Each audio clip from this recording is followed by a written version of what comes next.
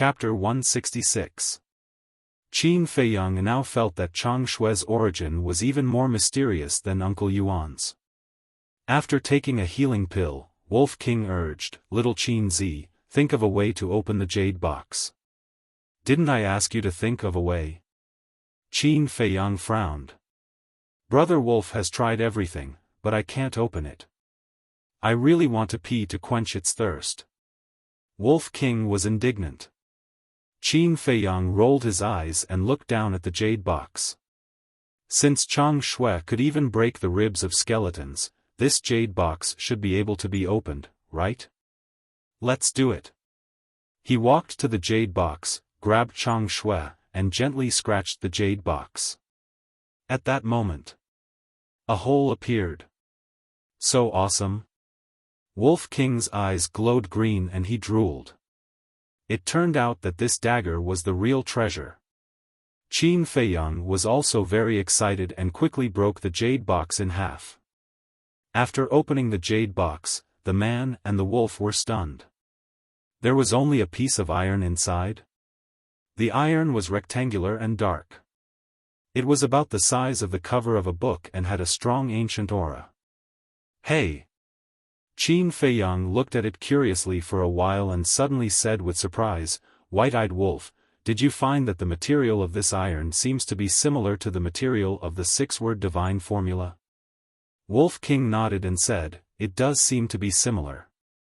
Let's compare it." Qin Feiyang put Chang Shui on the ground and was about to take out the iron. However, he found that the iron was heavier than he imagined and he couldn't pick it up at all. What's going on? He was stunned. After pondering for a while, he finally understood, and the corners of his mouth pursed into a trace of a bitter smile. It turned out that the real heavy thing was not the jade box, but the iron. "White-eyed wolf, move aside." Qin Feiyang got up, pulled up his sleeves, and clasped the edge of the jade box with both hands. He exerted all his strength, causing the veins and blood vessels all over his body to bulge. Large beads of sweat also appeared on his forehead. After using all of his strength, he finally poured the iron block out of the jade box. With a loud bang, it smashed into the ground. The iron block was very thin, only about 4 or 5 centimeters. There were no patterns or words on it. However, the more Qin Feiyang looked at it, the more confused he became. "No, it's not a piece of metal. It's a book." His eyes trembled, and he spent a tremendous amount of effort to flip the iron block over. As expected, 2 ancient and majestic characters entered his line of sight. The pill scripture. In other words, the side just now was the reverse side. This was the true face. When he saw the 2 words, pill scripture, Qin Feiyang's head buzzed as if it was about to explode. Although he didn't know what the pill scripture was for the time being, every stroke exuded a majestic aura that impacted his soul. It was hard to imagine how great the person who wrote these 2 words was. Wolf King was also attracted by the pill scripture. His eyes were burning. Suddenly, his eyes lit up, and he said, "Look, there are 2 small words next to the 2 words, pill scripture." Qin Feiyang looked. There were 2 small words. Wuxian. These 2 words were written with iron hooks and silver strokes, and they also carried a magnificent aura. Wuxian? This should be a name. But why have I never heard of this name? Is it not someone from the great Qin Empire? Qin Feiyang squatted on the ground and looked at the 4 words on the cover. To be able to write such words, his cultivation must have reached the realm of heaven and earth. He couldn't help but feel excited. Perhaps this was really a supreme treasure. Wolf King urged, "Open it and take a look." Qin Feiyang swallowed his saliva and tried his best to open the cover. The first page appeared. The pages of the book were the same as the pages of the 6-word divine formula. They were made of an unknown divine iron and were as thin as a cicada's wings. On top of it, there were lines of small words that were densely packed together. Qin Feiyang simply sat on the ground and read carefully one by one. Gradually, his eyes emitted a fanatical light. This pill scripture recorded all pill formulas and refining methods.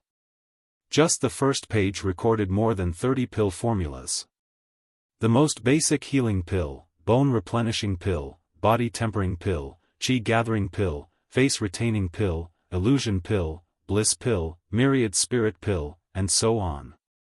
There were even beast spirit pills, calamity spirit pills, marrow cleansing pills, scarlet-colored glass pills. All the pills that Qin Feiyang had heard of were written on it. There were also some pills that he had never even heard of. On the first page, there was a pill called Potential Pill that he had never heard of. White-eyed wolf, this time we've really found a treasure. No, this can no longer be described as a treasure. This is a treasure trove. We're going to be rich. Qin Feiyang was so excited that his hands were trembling, and he couldn't even speak properly. What did he lack the most right now? Without a doubt, it was pill formulas. And this pill scripture contained a myriad of things, enough for him to enjoy for a lifetime. From now on, he would no longer have to worry about pill formulas. Wolf King said anxiously, "Then take a look, is there any pill that can make Brother Wolf speak?" Telepathy was not very convenient after all. For example, after Wolf King and Qin Feiyang separated, it could not use the image crystal to talk to Qin Feiyang. It could only gesture. Who knew what it was gesturing? It was all guesswork. Wait a minute, let me take a look. Qin Feiyang searched carefully for a moment, and suddenly saw the 3 words Calamity Pill. His eyes immediately surged with bone-piercing killing intent. Calamity Pill. He would never forget it. Back then, it was because he was forced to take the Calamity Pill that he lost all his cultivation and became a cripple. What's wrong? Is there something wrong? Wolf King looked at him in surprise. Nothing. Qin Feiyang shook his head, the killing intent in his eyes receding like the tide. Just you wait. Sooner or later, I will let you guys have a taste of the Calamity Pill. Muttering to himself, he continued to read. Finally, he shook his head and said, "There's nothing on the first page. Let me look at the second page." However, when he turned to the second page, he realized that he couldn't turn it. Could it be that my cultivation is not enough again? Qin Feiyang was stunned, and looked at the bottom of the page. Sure enough, there were a few small words written on it. Only when you step into the War Chief realm can you turn to the second page. Wolf King immediately lost interest, his gaze shifted to Chang Shui, and began to have ideas about Chang Shui. When Qin Feiyang noticed Wolf King's gaze, he frowned and asked, "What are you looking at?" Nothing. Wolf King hurriedly shook his head, as if he had a guilty conscience. After getting along with him for so long, Qin Feiyang had long known this ruffian wolf like the back of his hand. He could see through its thoughts with a single glance. His expression became serious, and he said in a deep voice, "White-eyed wolf, let me tell you, you can snatch anything, except for Chang Shui." Why? Wolf King looked at him suspiciously. Chang Shui was given to me by my mother. Qin Feiyang grabbed Chang Shui and lowered his head to size it up. There was a melancholy between his brows that could not be removed. Wolf King fell silent. It knew about Qin Feiyang's background. Therefore, it was very clear how much Chang Shui meant to Qin Feiyang. Wolf King raised its paw and patted Qin Feiyang's shoulder, and said seriously, "Don't worry, Brother Wolf promises that I won't have any ideas about Chang Shui in the future, and will protect it with you." So serious? Qin Feiyang was stunned. To be honest, he was still not used to it. However, in his heart, he was quite grateful to Wolf King. After putting Chang Shui into his cosmos bag, Qin Feiyang stood up and used half an hour to move the pill scripture to the altar and placed it beside the iron box. At that moment, he collapsed from exhaustion and lay on the ground. His whole body was covered in sweat, and water could be wrung out of his clothes. Wu Tian, who the hell is this person? How precious the elixir recipe is, and it's all recorded in the pill scripture. He looked at the top of the castle, his eyes full of doubts. A moment later, he finally recovered. He got up and walked to the altar, opened the 6-word divine formula, and compared the two. The materials were actually the same. Wolf King said, "Do you think the 6-word divine formula was also written by this person called Wu Tian?" No. Although the materials are the same, the font is different. The font of the pill scripture is very beautiful and complete. But the font of the 6-word divine formula is a bit sloppy and not standard. It's obvious that it's not from the same person. Qin Feiyang said. Hee, if Ling Yunfei and the others knew that we had such a treasure, what kind of expression would they have? The Wolf King snickered. Qin Feiyang frowned and said, Ling Yunfei, we must tell him, but Feng Ling Heir and Elder Wan, we must hide it from them first.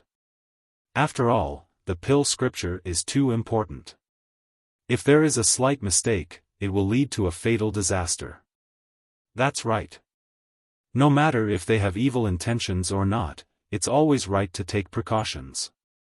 Wolf King nodded. Well, it's time to inform Ling Yunfei and the others. Qin Feiyang took out the image crystal and infused it with true qi, quickly recovering. Not long after, the shadows of Ling Yunfei and Feng Ling Heir appeared. How is it? Ling Yunfei asked anxiously. I didn't find anything.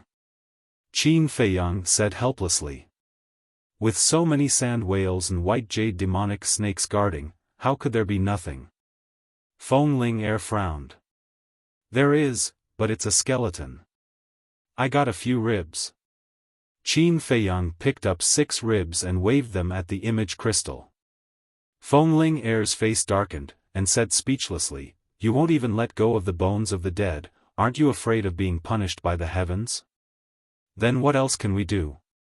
We can't go back empty-handed, right? Also, don't underestimate these bones of the dead. These are all divine weapons. After I get out, I'll let you guys slowly appreciate them. Qin Feiyang laughed. TSK. Feng Ling Heir looked disdainful and asked, Do you have a way to get out? There are white jade demonic snakes everywhere in the water, how can I get out? Help me think of a way. Qin Feiyang was very distressed. If they were trapped here, sooner or later, they would run out of ammunition and food. He and Wolf King would only have a dead end. However, seeing Qin Feiyang's distressed look, Feng Ling Heir was very happy. She laughed gloatingly, Anyway, you and that wolf cub are not good things. It's good to be trapped down there, so that you won't come out and bring disaster to the country and the people. This stinking woman. Wolf King was burning with anger and roared, Little Qin Zi, when we get out, find a chance to force her down and give birth to a nest of little Qin Zi. Let's see how she can be so awesome in the future. A nest? Qin Feiyang's face darkened, and he directly gave it a slap on the head and said angrily, Do you think I'm a pig? A nest? If you don't know how to speak, don't say it. Feng Ling Heir frowned and said unkindly, Are you two talking bad about me? Who dares to talk bad about you, a tigress? Chapter 167. Although there were many white jade demonic snakes at the bottom of the lake, they shouldn't be able to stop Elder Wan. However, the premise was that Elder Wan could enter the valley. Okay, don't worry. We'll go find him right away. Ling Yunfei responded, turned off the image crystal, and ran toward the entrance of the valley with Feng Ling Heir. Wolf King asked, Little Qin Zi, how long do we have to wait before Brother Wolf can openly be presumptuous in Yen City? Qin Feiyang smiled and said, Don't worry, it'll be soon. Wolf King said angrily, "Nonsense, how can I not be anxious? Since leaving Iron Ox Town, Brother Wolf has been hiding in this godforsaken place every day. I'm almost depressed."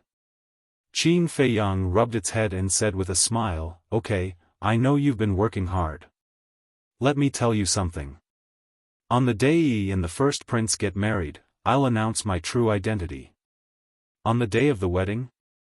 Wolf King was slightly stunned and said in surprise, "Are you playing a big game of chess?" "It's not a big game. It's just a small game."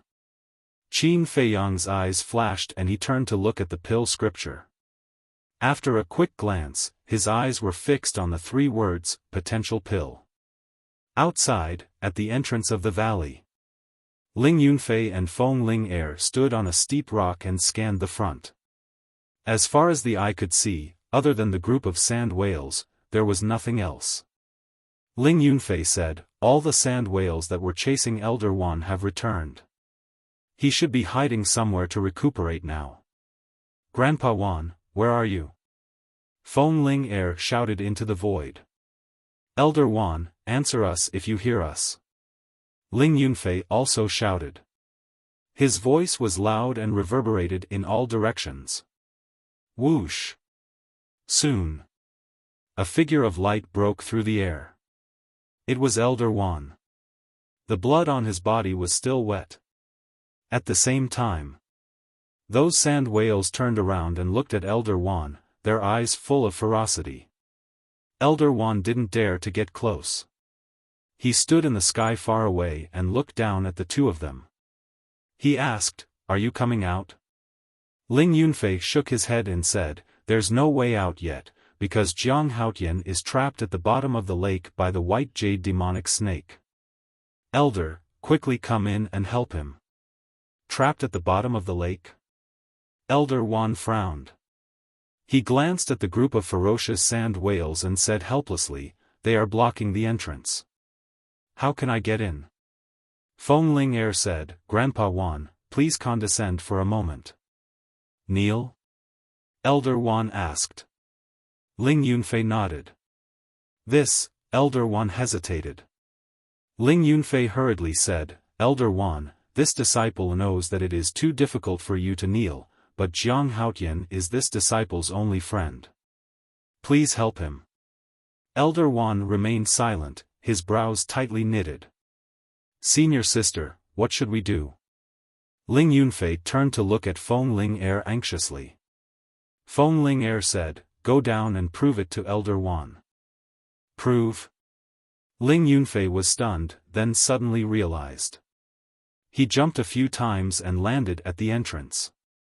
Without hesitation, he knelt on the ground with a face full of sincerity. All the sand whales immediately turned to look at him. When Ling Yunfei bowed 3 times and kowtowed 9 times, the sand whales actually retreated to the side and made a path for him. So magical? Elder Wan was dumbfounded. Feng Ling Er and Ling Yunfei were also in disbelief. Then, Ling Yunfei stood up and carefully took a step forward. The sand whale next to him was motionless. Seeing this, Ling Yunfei let out a long breath and walked out step by step. The sand whales just looked at him and didn't hurt him. After walking out, he looked up at Elder Wan and said with a smile, "Elder, did you see? This is the only way to get in and out of the valley." Whoosh! Elder Wan landed next to Ling Yunfei and looked at the sand whales. Roar! However, as soon as he landed, a group of sand whales rushed toward him with a murderous aura. Ling Yunfei's expression changed and he urged, "Elder, hurry up." "Damn it!" Elder Wan cursed. He bent his legs and knelt on the ground. However, those sand whales didn't stop because of his kneeling. How could this be? Ling Yunfei was very surprised and doubtful. "Bastards, do you think I'm really afraid of you?" Elder Wan suddenly stood up and a terrifying aura roared from his body. It wasn't easy for him to put down his self-esteem and kneel down to worship, but this was still the case. He couldn't take it anymore. Ling Yunfei said hurriedly, "Elder, please don't do anything. Leave quickly." He could roughly guess. It must be because Elder Wan had killed a few sand whales earlier. Therefore, these sand whales wouldn't let him in no matter what. If they continued to fight, he was afraid that even he, Feng Ling Er, and Qin Feiyang would be in danger. Elder Wan frowned. Looking at Ling Yunfei's anxious face, he really couldn't bear to refuse. He nodded and said, "Okay, be careful. I'll wait for you in the distance." After saying that, he rose into the air, turned into a stream of light, and quickly disappeared. Those sand whales also stopped. Ling Yunfei turned around and cupped his hands. "Seniors, can you let me in again?" The leading sand whale shook its head. Ling Yunfei's expression suddenly changed. He hurriedly said, "Why?" The sand whale didn't answer him. "What should we do now?" Ling Yunfei panicked. "Right. Quickly inform Qin Feiyang." He took out the image crystal and quickly became excited. When Qin Feiyang learned of the situation, his heart suddenly sank to the bottom. If he couldn't get out, what was the use of getting the alchemy scripture? The Wolf King was so anxious that he stomped his feet. "Don't panic." Qin Feiyang took a few deep breaths and quickly calmed down. He lowered his head and pondered. There was always a way out. It was impossible for there to be no way. Suddenly, his gaze was fixed on the 6 ribs. Sand whale and white jade demonic snake were obviously guarding the skeleton. Then they should be in awe of the skeleton. If he put the skeleton's bones on his body, would the white jade demonic snake not dare to approach? When he told this idea to Wolf King firmly opposed it. Because this was just a guess. What if something happened? Forget it. If we don't try, we will be trapped here forever. What's more, even if it doesn't work, I can just hide in here. They can't hurt me. Qin Feiyang said. "Alright, be careful." Wolf King warned, feeling very worried. Qin Feiyang nodded, holding 3 ribs in each hand. With a thought, he appeared next to the skeleton. Immediately, he couldn't help but feel his scalp explode. The skeleton was surrounded by white jade demonic snakes. It was so densely packed that even wind couldn't get through. If it was another person, seeing this scene, he would definitely be scared to death. Qin Feiyang was also ready to return to the castle immediately. But he found that those white jade demonic snakes, although fierce, did not approach and surrounded 2 meters away. They did not attack him. In those narrow little eyes, when they saw the ribs in Qin Feiyang's hand, there seemed to be a trace of fear. Is it really as I guessed? Qin Feiyang was stunned. He lowered his head to look at the ribs and slowly lifted them up. Those white jade demonic snakes also retreated, the fear in their eyes was even stronger. Seeing this, Qin Feiyang was ecstatic. Without wasting any time, he swam towards the lake. The white jade demonic snakes in front of him also retreated. Soon, he found another abnormality. In the eyes of the white jade demonic snakes, in addition to awe, there was also a trace of anxiety. Are they afraid that I will take these bones out? Qin Feiyang was puzzled. But now, he was not in the mood to care. As long as he could leave the lake, nothing else mattered. Dozens of breaths passed. Qin Feiyang finally came out of the water and saw the sun again, making him feel as if a lifetime had passed. Whoosh! Dong! The group of white jade demonic snakes was always around him, jumping up and down anxiously. Qin Feiyang ignored them and quickly swam towards the shore. When he climbed ashore, the white jade demonic snakes also followed. Never ending? Qin Feiyang frowned and said, "If you don't hurt me, why would I do this? Don't pester me anymore." However, Those white jade demonic snakes did not listen at all. Who is this person? Is he worthy of these fierce beasts' protection? Qin Feiyang looked back at the lake, full of doubts, and ran towards the entrance. Feng Ling Er was still standing in front of the entrance, racking her brains to think of a way. Hey, why are you still here? Suddenly, a puzzled voice came into her ears. Qin Feiyang. She was refreshed and hurriedly looked up. Her face suddenly turned pale, and she shouted, "Stop!" Qin Feiyang stopped and looked at her in confusion. The distance between the two was only a dozen meters. First, tell me clearly, what is this situation? Feng Ling Er was very surprised. Thousands of white jade demonic snakes surrounded him but did not hurt him. This was simply a strange story in the world. It's all thanks to them. Qin Feiyang grinned and waved the 6 ribs. Feng Ling Er frowned. I told you that these bones are treasures, but you don't believe me. Qin Feiyang shrugged helplessly. Feng Ling Er's mind was in a mess. Since when could even the bones of the dead be called treasures? Wasn't it too ridiculous? Hiss. At this moment, a white jade demonic snake, with a harsh hiss, rushed towards Feng Ling Er. The other white jade demonic snakes also seemed to have received orders and rushed towards Feng Ling Er. Damn it, what's this situation? Feng Ling Er's face was pale. These little things are quite smart. Qin Feiyang murmured. Obviously, the white jade demonic snake wanted to threaten him with Feng Ling Er. Clang! He quickly took out Chang Shui and shouted, "Whoever dares to move again, I will destroy these bones." The white jade devilish snakes stopped in unison and turned their heads to look at Qin Feiyang. There was actually a trace of pleading in their cold eyes. Get out of the way! Qin Feiyang shouted coldly. Now, he certainly could not give the 6 ribs to them.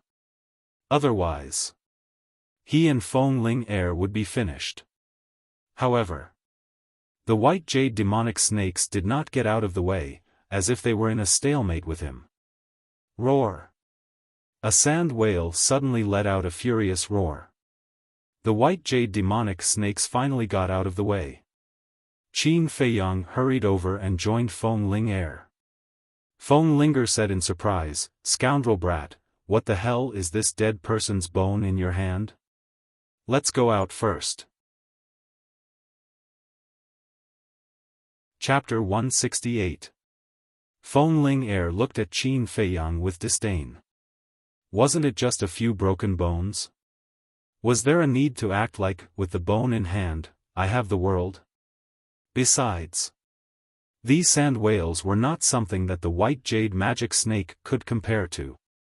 They were all existences at the War Emperor level, would they buy this? However, the next moment, she was dumbfounded. The sand whales that were blocking the entrance all retreated, making a wide path.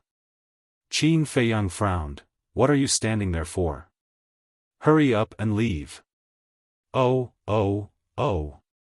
Feng Ling Er nodded her head, took a step forward, and ran towards Ling Yunfei. Qin Feiyang followed closely behind. The white jade magic snake and the sand whale also followed behind them. The scene was extremely vast. After the 3 of them met up, Ling Yunfei anxiously looked at Qin Feiyang and asked, "Are you all right?" "I won't die, let's go." Qin Feiyang smiled and urged. Feng Ling Er turned her head to look at the group of fierce beasts behind her, and said worriedly, "I'm afraid that no matter where we go, they will follow us." Qin Feiyang frowned, and said, "Call Elder Wan over." Feng Ling Er shouted, "Grandpa Wan, come over quickly." Not long later, Elder Wan broke through the air and arrived. When he saw the scene, his old eyes were filled with bewilderment. Shua! He vigilantly landed beside the 3 of them, looked at Qin Feiyang, and asked, "Stinking brat, tell me honestly, what did you do to anger the heavens? Let's go first. Qin Feiyang said in a low voice. Elder Wan nodded, waved his old hand, and swept up the three of them into the sky. Roar! Dozens of sand whales roared towards the sky, bringing with them a world-shaking might as they rushed into the sky, chasing after the four of them. The group of white jade magic snake also chased after them in the desert like a madman. Elder Wan said in shock and anger, "Bastard, what exactly did you do?" Qin Feiyang said, "It's because of these bones." Elder Wan frowned. He grabbed a rib and examined it carefully. Several breaths later, his eyes shone brightly and his old face was filled with shock. This old man has never seen such hard human bones before. If it can be forged into a weapon, it will definitely be invincible and invincible. Elder Wan said excitedly. Feng Ling Er and Ling Yunfei looked at each other in disbelief. Elder Wan turned to look at Qin Feiyang and asked with a beaming smile, "Haotian, do you think you can?" without waiting for him to finish speaking. Qin Feiyang snatched it over and put it into his qiankuan bag. He smiled and said, "Elder, don't be in such a hurry. We can discuss it slowly after we return." All right. Elder Wan nodded, but there was a glint in his eyes. Behind him, bestial roars shook the heavens. His ferocious might covered the sky and covered the earth. Their faces turned pale. Feng Ling Er said anxiously, "Grandpa Wan, they're still chasing after us. What should we do?" "Unless we return the bones to them," but, Elder Wan frowned. It was obvious that he was reluctant. Ling Yunfei looked at Qin Feiyang. Qin Feiyang shook his head without leaving a trace. He understood what Ling Yunfei meant and took everyone to hide in the castle. But now, Wolf King was inside.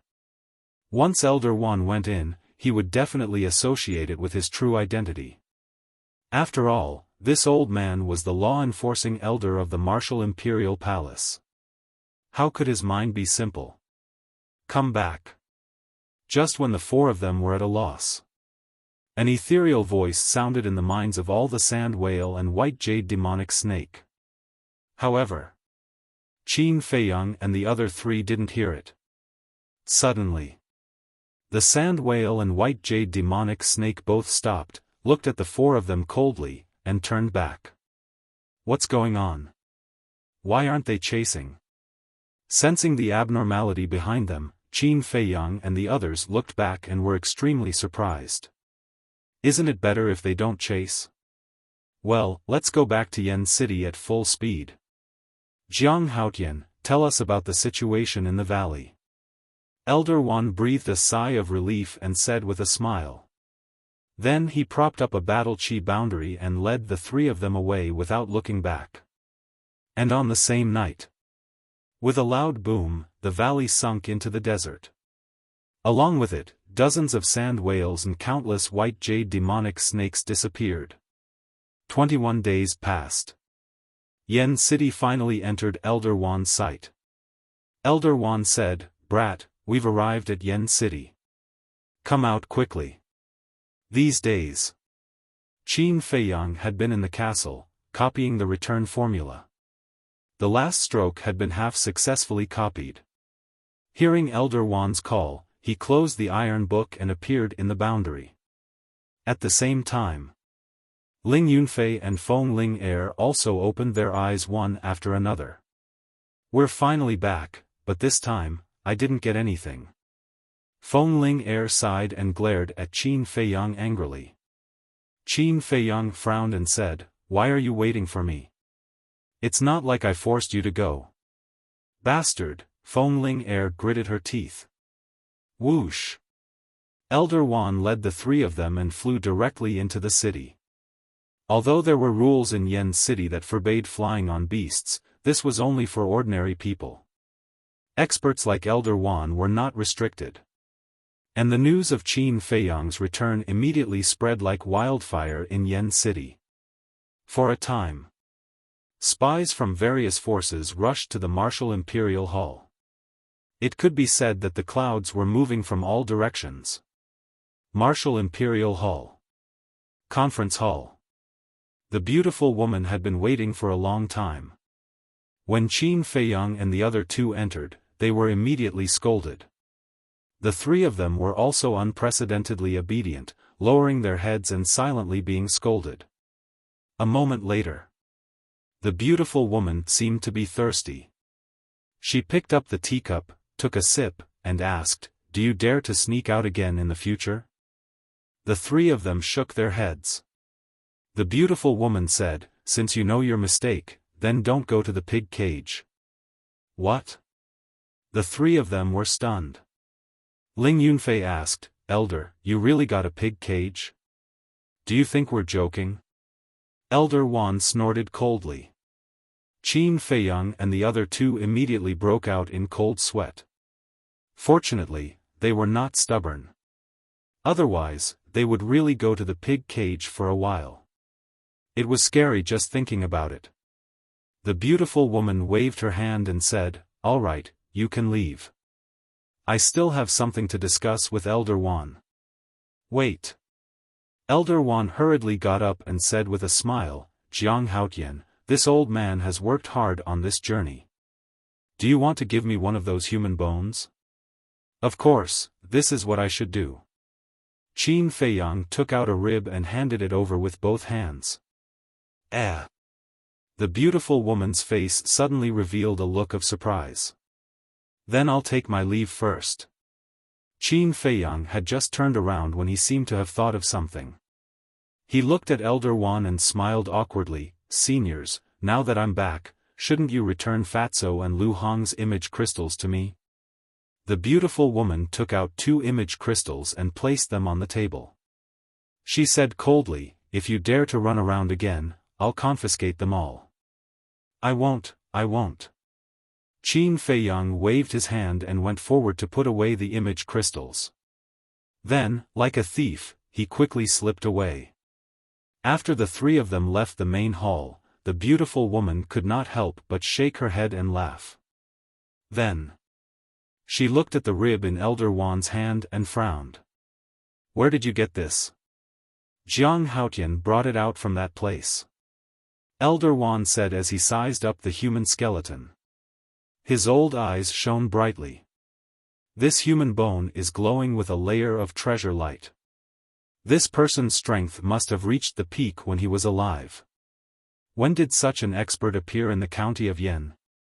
The beautiful woman was puzzled. Elder Wan said, "I'm also puzzled. Why don't we discuss it with the hall master?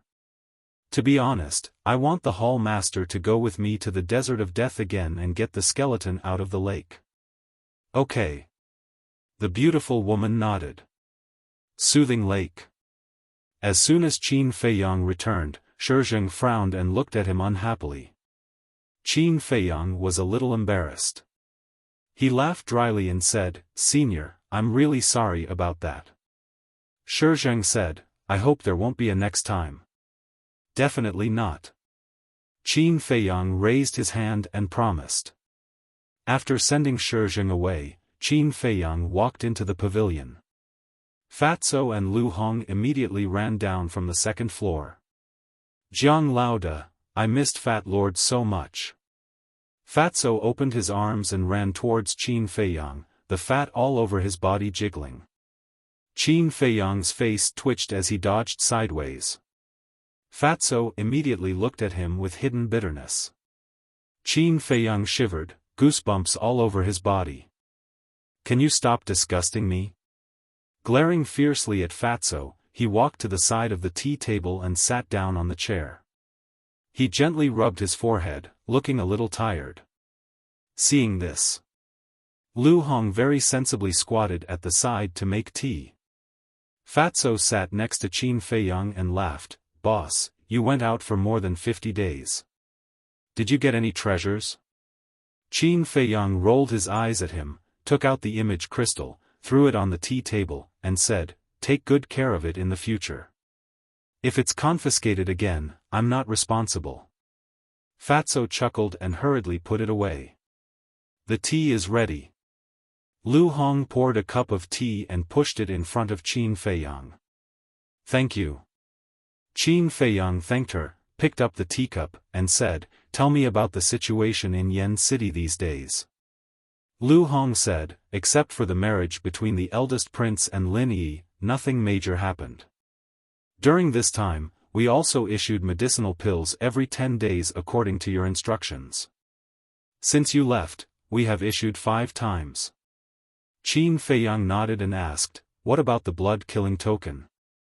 Lu Hong shook her head and said, Elder Ji is investigating, but he hasn't found anything. There is no news from Steward Li. Qin Feiyang drank tea while pondering. He had an intuition that the origin of the blood-killing token was definitely not simple. After a while, Qin Feiyang put down the teacup and said, Fatso, give me the eldest prince's medicinal herbs. Fatso frowned and said, Do you really plan to refine for him? 10 sets of medicinal herbs, I can get 5 sets, which is equivalent to 20 million gold coins. Why wouldn't I refine? It's just that it's not so easy to take away these superb scarlet fire-colored glass pills. But this royal family is really rich. They actually used 5 superb scarlet fire-colored glass pills as a betrothal gift. Qin Feiyang lifted the corner of his mouth and sneered. Fatso was shocked. He took out a Qianquan bag, handed it to Qin Feiyang, and asked, What are you planning? Qin Feiyang took the Qianquan bag, looked at it a little, and said faintly, If there is no accident, the eldest prince will definitely come to me in these 2 days. At that time, you can say that I am cultivating and have no time to receive him. Okay. The two nodded. Qin Feiyang said, Lu Hong, help me prepare a brush and ink. Chapter 169.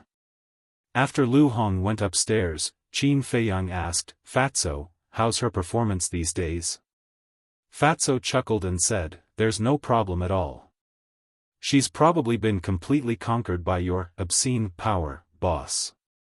Qin Feiyang raised his eyebrows and said angrily, Can you be more serious? Fat Lord is already very serious, okay? Fatso said, feeling wronged. Fine. Qin Feiyang stretched out his hand and said, Just pretend I didn't say anything. Duh. With a series of footsteps, Lu Hong came down from upstairs with a pen, ink, and paper. She came to the tea table and neatly placed them in front of Qin Feiyang. Then she sat aside and helped to grind the ink. She looked like a well-behaved little maid. Qin Feiyang observed Lu Hong for a moment and said with a faint smile, Actually, you don't have to lower yourself. We can get along like friends, but the premise is that you don't do anything bad to me. Lu Hong was taken aback and asked, Is it really okay? Of course. Qin Feiyang said with a smile. Lu Hong also smiled, her face glowing. Not to mention, it was quite charming. In fact, Lu Hong's beauty was not bad.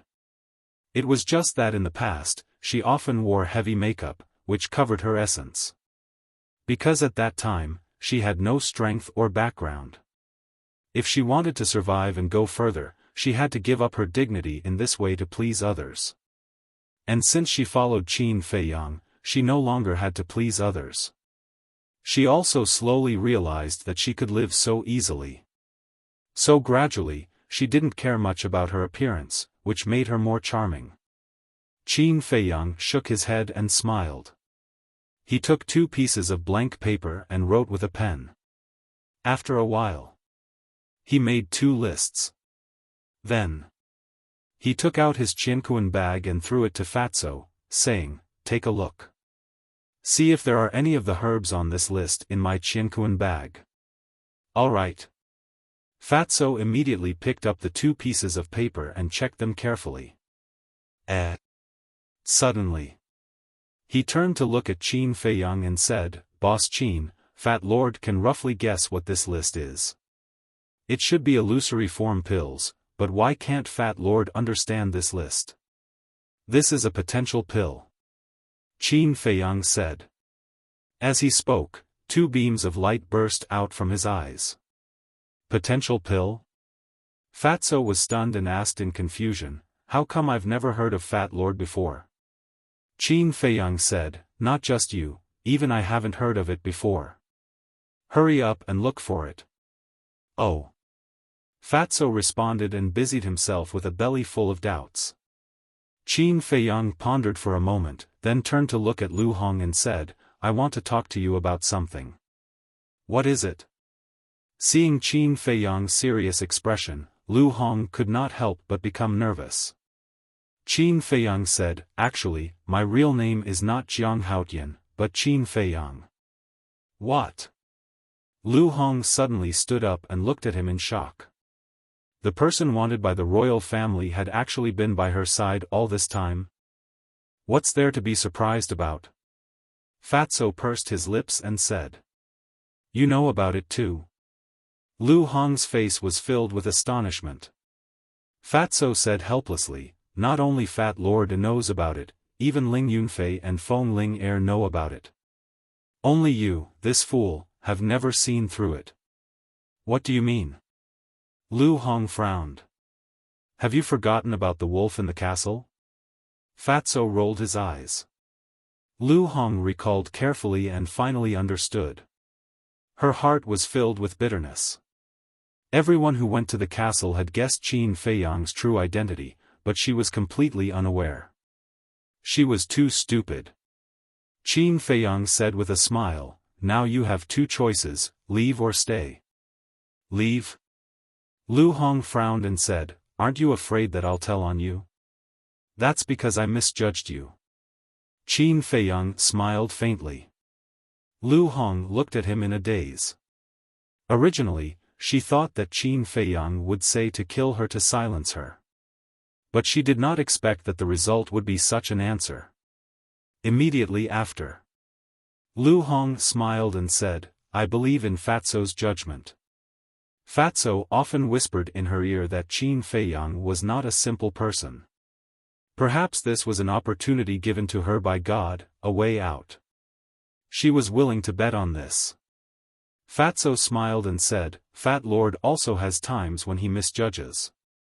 Lu Hong said with a smile, then I can only accept my fate. Fatso was stunned, then shook his head and laughed. He gave Lu Hong a thumbs up, his eyes full of praise. Lu Hong also never expected this ending. Once, she hated Qin Feiyang. Because back then in the pill hall, Qin Feiyang slapped her mercilessly and even almost killed her. Originally, she thought that they would be enemies forever. Unexpectedly, they became friends today. It was as if the heavens were playing a huge joke on her. And Qin Feiyang was also very satisfied with Lu Hong's performance.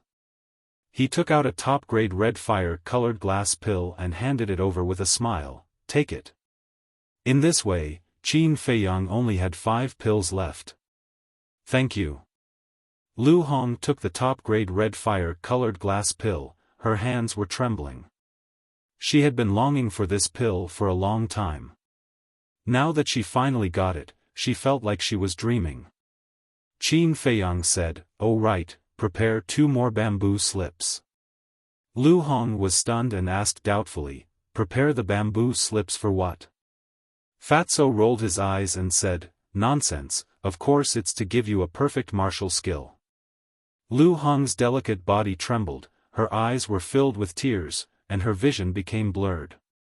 A perfect martial skill, she didn't even dare to think about it before. Because that was an extravagant hope. It was impossible to achieve in a lifetime. But now, the person in front of her not only gave her a top-grade red fire-colored glass pill, but also a perfect martial skill. Was this really not a dream? Why? You don't want it? Then I won't force you. Qin Feiyang teased. Think about it, I'll go get the bamboo slips now. Lu Hong hurriedly nodded and ran upstairs happily. Fatso sighed, she's so easily moved, seems like she's quite simple. Everyone has a simple side, but under the cruel environment, it was buried. How is it? Did you find it? Qin Feiyang asked. Fatso nodded. There are all the medicinal ingredients for the illusory form pill, enough for you to refine dozens of them, speaking of which. A trace of suspicion crawled up in Fatso's eyes, and he frowned, but there are a total of 33 kinds of medicinal ingredients for this potential pill, and there are only 2 kinds in the universe bag. I say, boss, what kind of potential pill does it have? Fatso looked at him in confusion. It's a secret for now. Qin Feiyang smiled mysteriously. At this time, Lu Hong took 2 bamboo slips and walked downstairs. The perfect martial skill that Qin Feiyang gave to Lu Hong was the mystic moon palm and gale steps. After copying it, he stood up and put away the universe bag, and said to the 2 of them, no matter what, you have to help me find the medicinal ingredients for the potential pill within 3 months, no matter the cost. All right. The 2 of them nodded. Also, if anyone asks, don't say the words potential pill. Qin Feiyang warned and then went to the castle. He first refined a illusory form pill and returned to Jiang Haotian's appearance.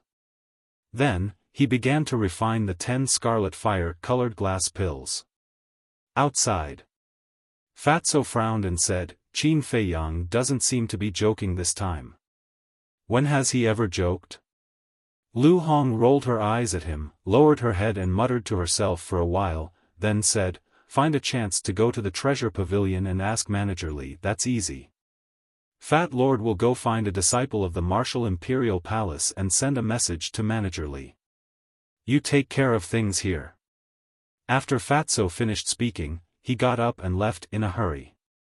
In the evening, Manager Li came to the soothing lake. When he saw the list, he immediately frowned. 33 medicinal ingredients, he had never seen them before. He looked at Fatso and asked, can I ask, what kind of medicinal ingredients are these? Lu Hong said with a smile, sorry, Jiang Haotian told me not to reveal it. Manager Li said, then where is he now? Lu Hong said with a faint smile, sorry, he is cultivating in seclusion and will not receive anyone for the time being. If you want to see him, I can make an appointment for you in advance. Appointment? Manager Li's old face tensed up, and he was very unhappy. In any case, he was the manager of the treasure pavilion and a war emperor.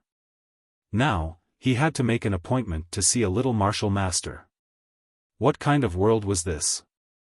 Senior, you can't blame Jiang Laoda for this. He is really too busy. If there's anything, we can talk about it. Fatso chuckled.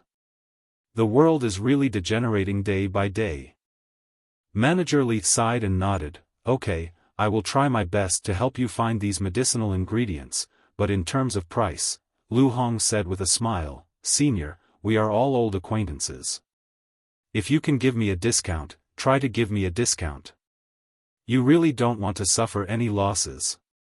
How much do you want? Manager Li was a little helpless. As much as you have. Lu Hong said. Okay, do you have an image crystal? Manager Li asked. Of course. Fatso chuckled and took out the image crystal. Lu Hong also took it out.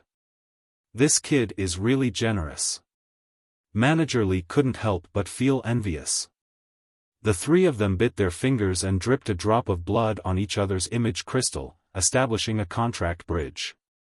This way, it would be convenient for them to contact each other in the future.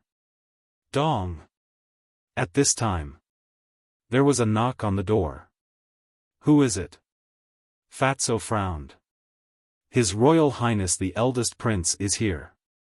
Quickly open the door to welcome him. A shout was heard. So arrogant?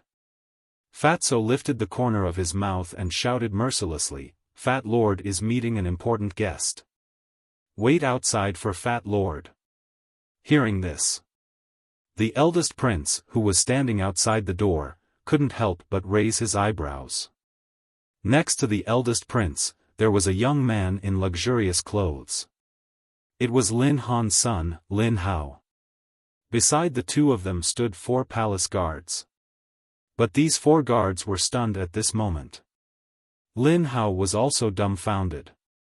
Someone actually dared to speak to the eldest prince like this? After coming back to his senses, one of the guards suddenly shouted, "You dare to let the eldest prince outside in the cold wind? Are you tired of living? Damn! So what if he's the eldest prince? This is not the palace. Don't be a tyrant here. Since you are here, you have to abide by Jiang Lao Da's rules. If I ask you to wait outside, then wait outside. Why are you talking so much nonsense?" Fatso was extremely arrogant. He didn't take the eldest prince seriously at all. This is outrageous. Chapter 170.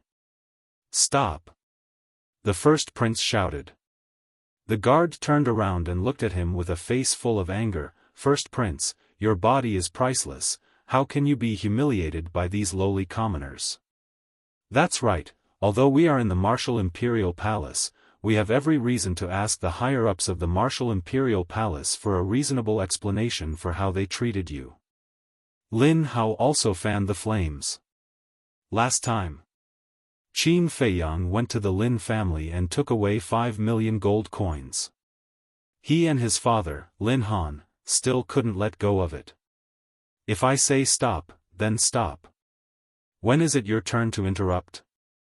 The first prince said in a low voice. The 4 guards and Lin Hao's expression froze and immediately fell silent. Actually, the first prince was very angry and puzzled. From the time he met Qin Feiyang until now, he had never done anything to offend Qin Feiyang. But why would Qin Feiyang make things difficult for him at this moment? Could it be that because he could refine top-quality pills, he had reached the point of looking down on everyone?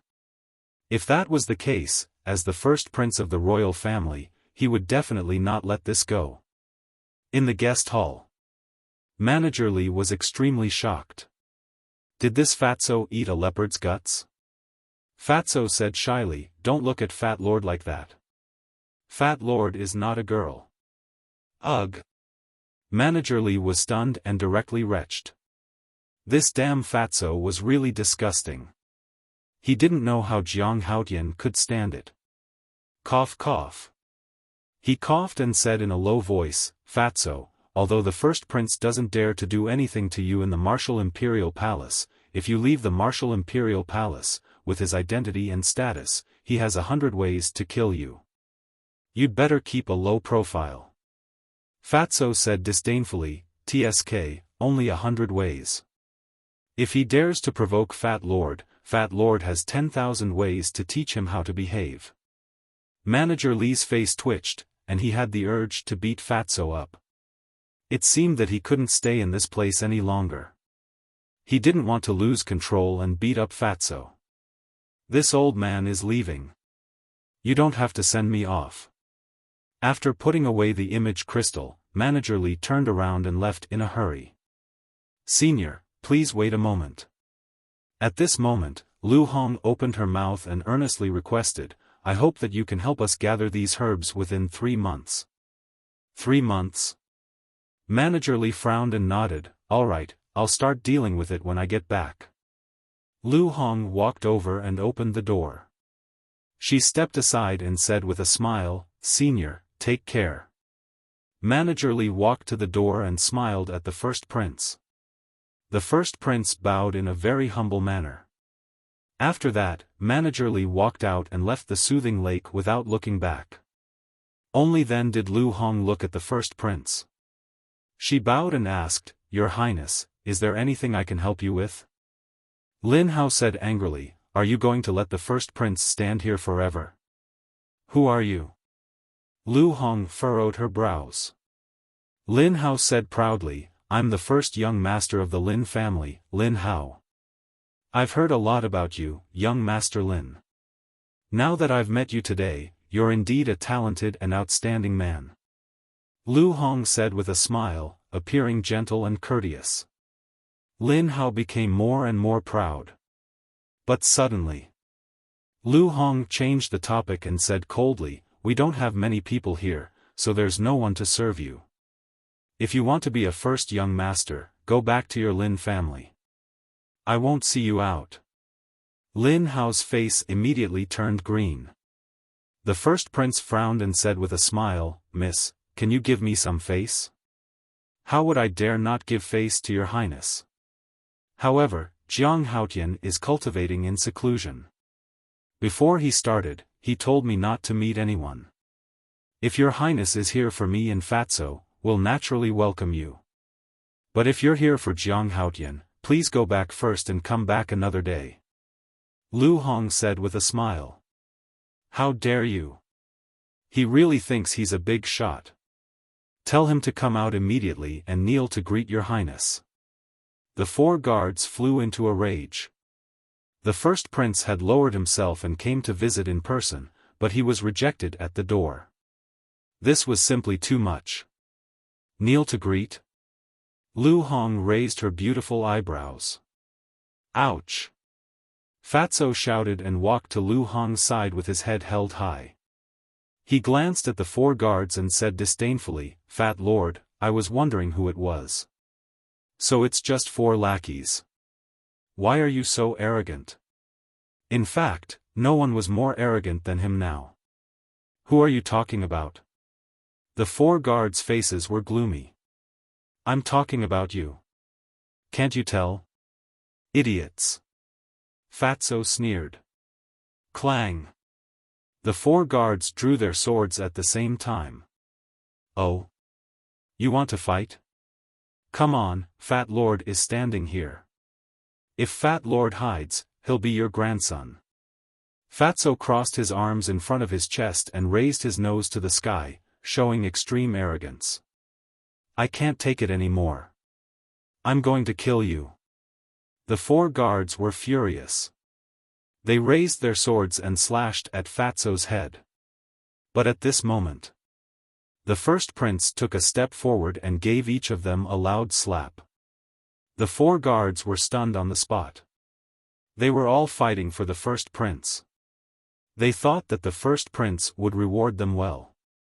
But they didn't expect that they would be slapped in front of everyone. The first prince shouted, "What did I teach you? You have to be humble and polite. Don't you remember? Apologize to them now." They were also very angry. Didn't they see Shizheng glaring at them from next door? They still dared to fight here. They really didn't know what they were doing. "I'm sorry, both of you. It's our fault. Please forgive us." The 4 guards didn't dare to hesitate and hurriedly bowed to Fatso and Lin Hao to apologize. Fatso smiled disdainfully and looked at the first prince. He said lightly, "Your Highness, even Stewardly didn't see Jiang Laoda just now, so we didn't discriminate against anyone. Please go back." In other words, he was saying that even Stewardly couldn't see him, let alone him. If he knew what was good for him, he should get out of here as soon as possible. The first prince grew up in the palace and had experienced a lot of intrigue. How could he not understand? But he didn't get angry. He chuckled and said, "Since Brother Jiang is cultivating in seclusion, then let's forget about this matter. But I want to talk to the 2 of you. Do you have time?" Fatso and Lu Hong looked at each other with a trace of doubt in their eyes. Lu Hong stepped aside and stretched out her hand. "Your Highness, please come in." The first prince smiled and walked into the living room. Lin Hao and the 4 guards were about to follow him in. Bang! Fatso closed the door and shouted, "Trash, wait outside." Trash! Lin Hao clenched his hands together with a ferocious look on his face. The first prince smiled bitterly and said, "Brother Fatty, Lin Hao is my future brother-in-law. Do you think you can give me some face?" Fatso said disdainfully, "Tsk, who in Yancheng City doesn't know that Lin Yi is not his sister?" Lu Hong smiled and said, "Your Highness, just say it if you have something to say." A cold light flashed in the depths of the first prince's eyes. He smiled and said, "Who do you think has a better future between me and Jiang Haotian?" "What do you mean?" The two frowned. The first prince said, "To be honest, I want you to follow me. As long as you agree, I will let my father personally come forward to reconcile with the Danwang Hall. At that time, you don't have to continue to hide like this. Poach people?" Fatso couldn't help but sneer secretly. However, he didn't make a sound and paid attention to the changes in Lu Hong's expression. Lu Hong was also a little surprised. But she didn't show any expression of being moved. After a little hesitation, she smiled and said, "Your Highness, I don't believe that a pie will fall from the sky. You are all smart people." The first prince smiled and said, "I want you to be undercover around Jiang Haotian and help me control his whereabouts." Fatso joked, "We haven't agreed yet, and you have already told us your purpose. Aren't you too confident?" Although Jiang Haotian is a superb alchemist, he has no background and is not strong. If one day, Martial Emperor Hall no longer protects him, will he have a good end? You also know that the Danwang Hall will definitely not let him go. But I am different. I have the entire royal family behind me. Even if I make a big mistake, I will be safe and sound. You too, you are sensible people. I believe you know very well what to choose." The first prince looked at the two confidently. Fatso said, "I think your real purpose is to take Jiang Laoda under your command." The first prince was astonished. He shook his head and smiled, "Brother Fatty is really smart. That's right, this prince's ultimate goal is him. But you can rest assured that even if Jiang Haotian surrenders to this prince will still regard you highly." Fatso smiled slyly, "Then what can you give us?" Seeing that Fatty's heart was starting to waver, the crown prince's heart warmed. He smiled, "Other than helping you to reconcile your relationship with the Pill Emperor Hall, this Highness also solemnly promises to give each of you 1,000,000 gold coins, as well as a top-tier martial art." 1,000,000? Superior martial skill? Fatso was stunned and sighed, "Your Highness is really generous." The first prince smiled, "This is the value you deserve." "Fuck, Fat Lord can't hold it anymore."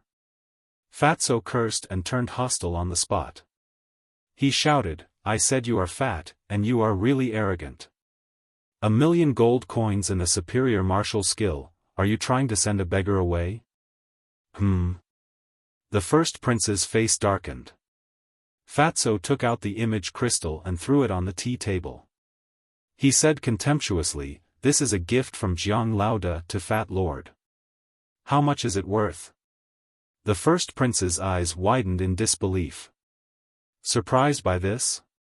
Fatso sneered and said to Lu Hong, "Let him see it again. Don't you know how to keep a low profile?"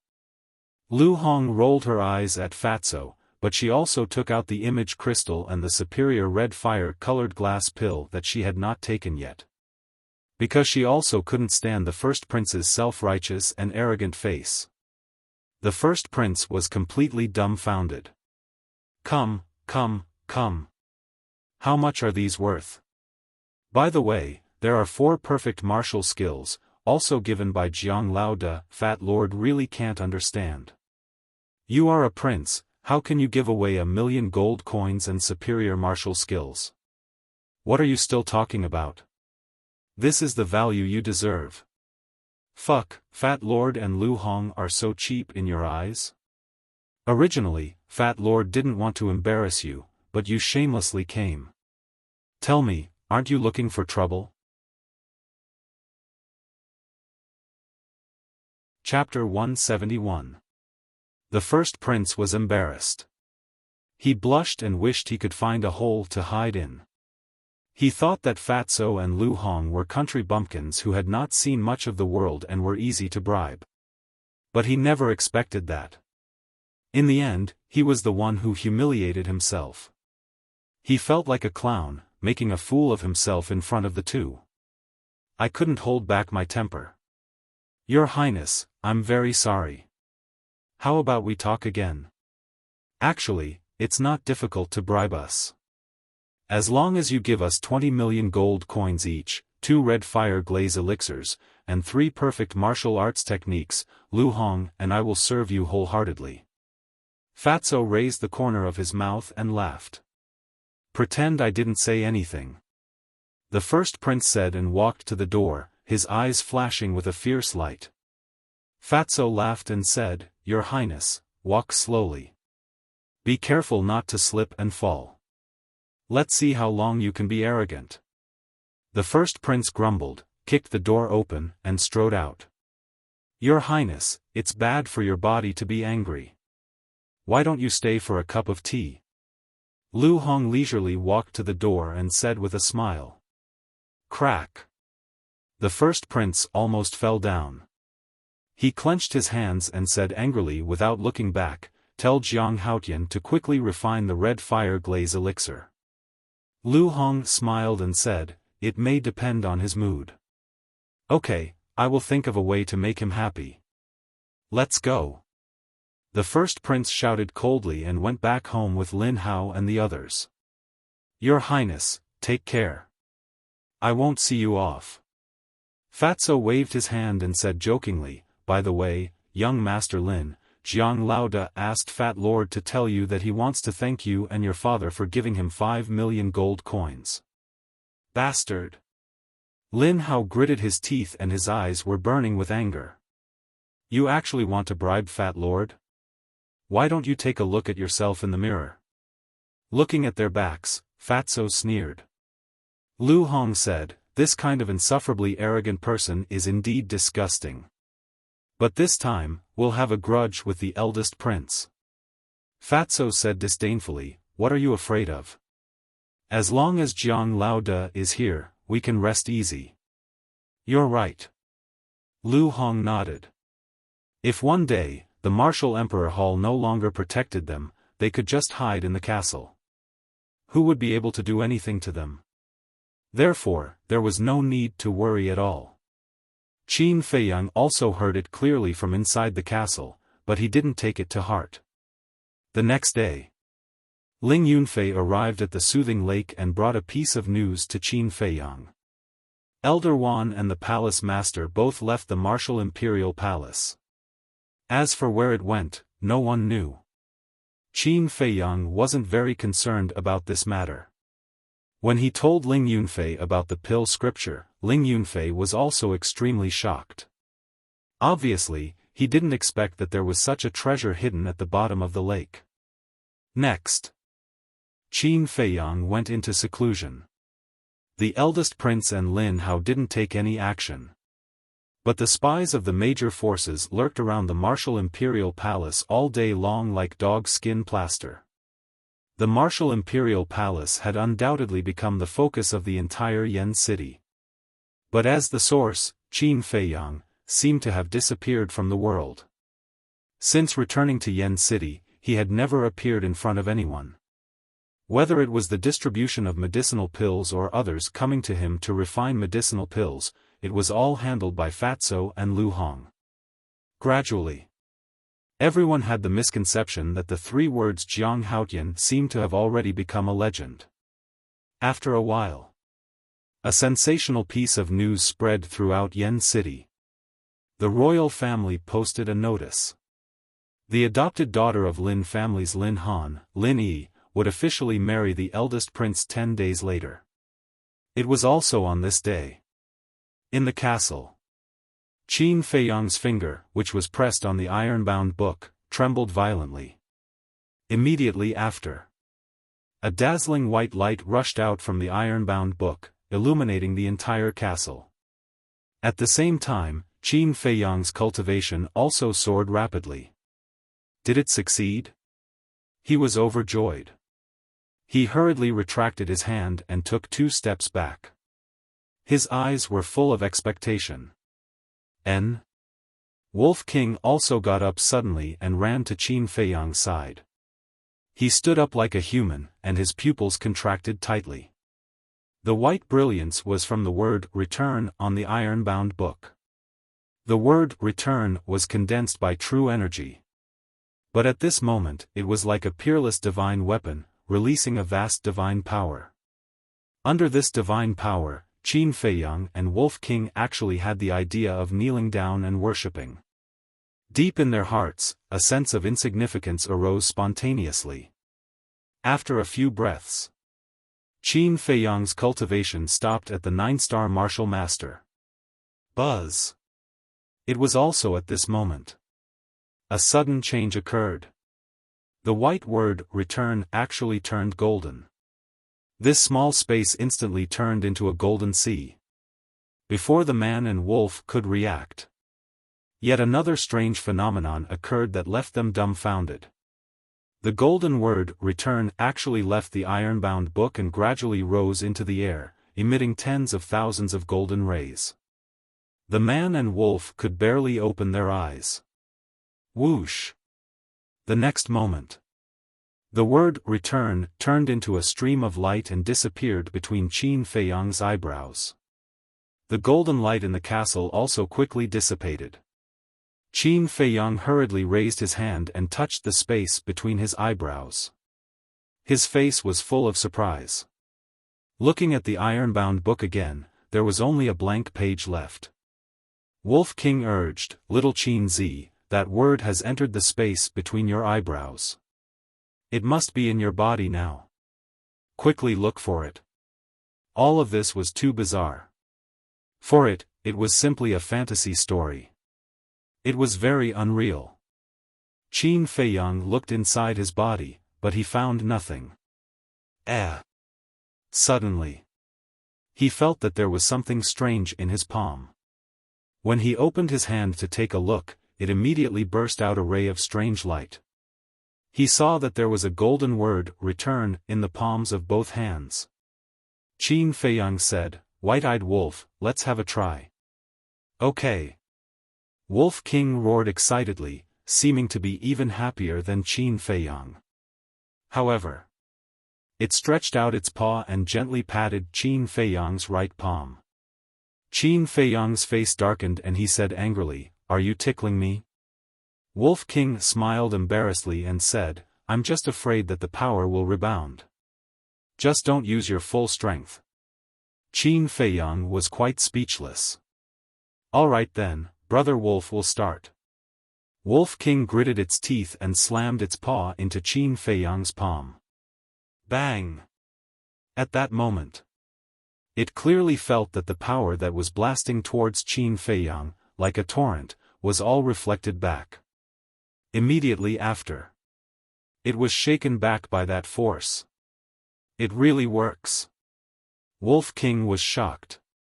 Qin Feiyang was also stunned, and then he became excited and urged, "Try again with all your strength." Wolf King said angrily, "Do you want Brother Wolf's life?" Qin Feiyang patted its head and laughed, "Be good, you won't die." All right, don't disgust Brother Wolf." Wolf King couldn't help but feel a chill, retreated a few steps, and then rushed towards Qin Feiyang with all its strength, slamming its paw into Qin Feiyang's palm. "Ayo!" Wolf King immediately screamed. Its 3-meter-long body was like a meteorite, crashing into the wall behind it. Its paw was also broken. Its skin was torn open, and blood was flowing. On the other hand, Qin Feiyang didn't move at all. "Damn, so awesome." Qin Feiyang was stunned. It was actually a 100% rebound. Sure enough, it was a taste of his own medicine. If he fought with someone and the other party didn't know in advance, he would definitely suffer a great loss. This was a trump card. After coming back to his senses, he quickly took out a top-grade healing pill and bone-replenishing pill, ran to Wolf King, and fed it to Wolf King. Wolf King was about to scold him, but suddenly his eyes turned and he laughed, "Little Qin Zi, try and see if you can teach Brother Wolf the returning character formula." "Teach?" Qin Feiyang was stunned, looked down at his palm, and frowned. If he could teach it, he would definitely not be stingy. After all, Wolf King was loyal to him, and he naturally wouldn't forget it if there were benefits. But he didn't understand the returning character formula. How could he teach it? After pondering for a moment, Qin Feiyang shook his head and said, I'm afraid not now, but when I figure out the meaning of the returning character formula, I will tell you as soon as possible. Wolf King couldn't help but feel a trace of disappointment in his eyes. Qin Feiyang said with a smile, don't be like this. Although I can't teach you the returning character formula, I am sure that I can help you open the first level of the Gate of Potential, the ultimate realm of martial artists. What? Wolf King's eyes trembled, and he asked, are you serious? When have I ever lied to you? Qin Feiyang rolled his eyes and frowned, but the premise is that you have to find the medicinal materials. Then he looked at his palm again. The two golden words were really dazzling. He didn't know if they could be hidden. At this point, the word returning suddenly disappeared. Really? Qin Feiyang was startled, and with a thought, the word returning appeared once again. Wolf King was curious, and said, Brother Wolf, why do you feel that the returning character formula is not some kind of divine art, but more like a divine weapon? I have the same feeling. Qin Feiyang nodded his head, seemingly deep in thought, then laughed and said, it doesn't matter, as long as I can use the returning character formula. After hiding the word returning, he turned around and walked to the front of the iron book. He tried to flip to the second page, but he couldn't. Looks like I really have to wait until I break through to the War King realm. The returning character formula is already so powerful, this second divine art is really something to look forward to. Qin Feiyang muttered, then closed the iron book, closed the iron box, and left the castle. In the living room, it was empty. Qin Feiyang shouted towards the second floor, Fatso, Lu Hong, come down for a moment. Soon, Fatso and Yi Zichen ran downstairs. Qin Feiyang asked, how are you finding the potential pill's medicinal ingredients? Ask Manager Li directly. Fatso took out the image crystal stone, and after activating it with the true qi, Manager Li's shadow quickly appeared. Manager Li said in surprise, Yo, isn't this Brother Jiang? What kind of wind is blowing today? You actually took the initiative to look for me? Senior, can we still have fun together? Qin Feiyang said helplessly. Sure, tell me, why are you looking for me? Manager Li laughed. Have you found all the medicinal ingredients? Qin Feiyang asked. This old man is worried about this. 33 medicinal ingredients, this old man has already found 30 of them. There are still 3 missing, they are the blood ginseng, snow crystal, and 9 suns flower. However, this old man has already found out about the blood ginseng. Only the snow crystal and the 9 suns flower, until now, there has been no news at all. Chapter 172. Snow Crystal, 9 Suns Flower. Qin Feiyang pondered for a moment, looked at Manager Li's shadow, and asked, have you searched other places? I've already ordered the treasure pavilions in the major cities to search with all their might. If we have more time, we should be able to find the Snow Crystal and 9 Suns Flower. Brother Jiang, you're in such a hurry to get these herbs. What kind of pills are you trying to refine? Manager Li looked at him in confusion. This is a secret for now. Qin Feiyang smiled. Manager Li rolled his eyes. Acting so mysteriously. He wanted to see what this brat had up his sleeves. Qin Feiyang asked, have you asked the royal family, the Danwang Hall, the Martial Imperial Hall, and the Lin family? This old man will have to go to those forces personally. But I've been too busy recently, so I haven't been there. I'm going to visit them one by one in the next few days. But some time ago, Jia He came to the treasure pavilion. Manager Li stopped abruptly, and there was a trace of anger on his old face. What's wrong? Qin Feiyang frowned. Manager Li said, to be honest, the blood ginseng is in Jia He's hands. Qin Feiyang suddenly stood up, his eyes shining. Jia He has 3 blood ginseng, but he wants 3 supreme-grade red fire-colored glass pills before he's willing to exchange with me. Although the blood ginseng is precious, it's not worth that price. He's obviously taking advantage of the situation. Manager Li was a little indignant at the end. 3 ginseng.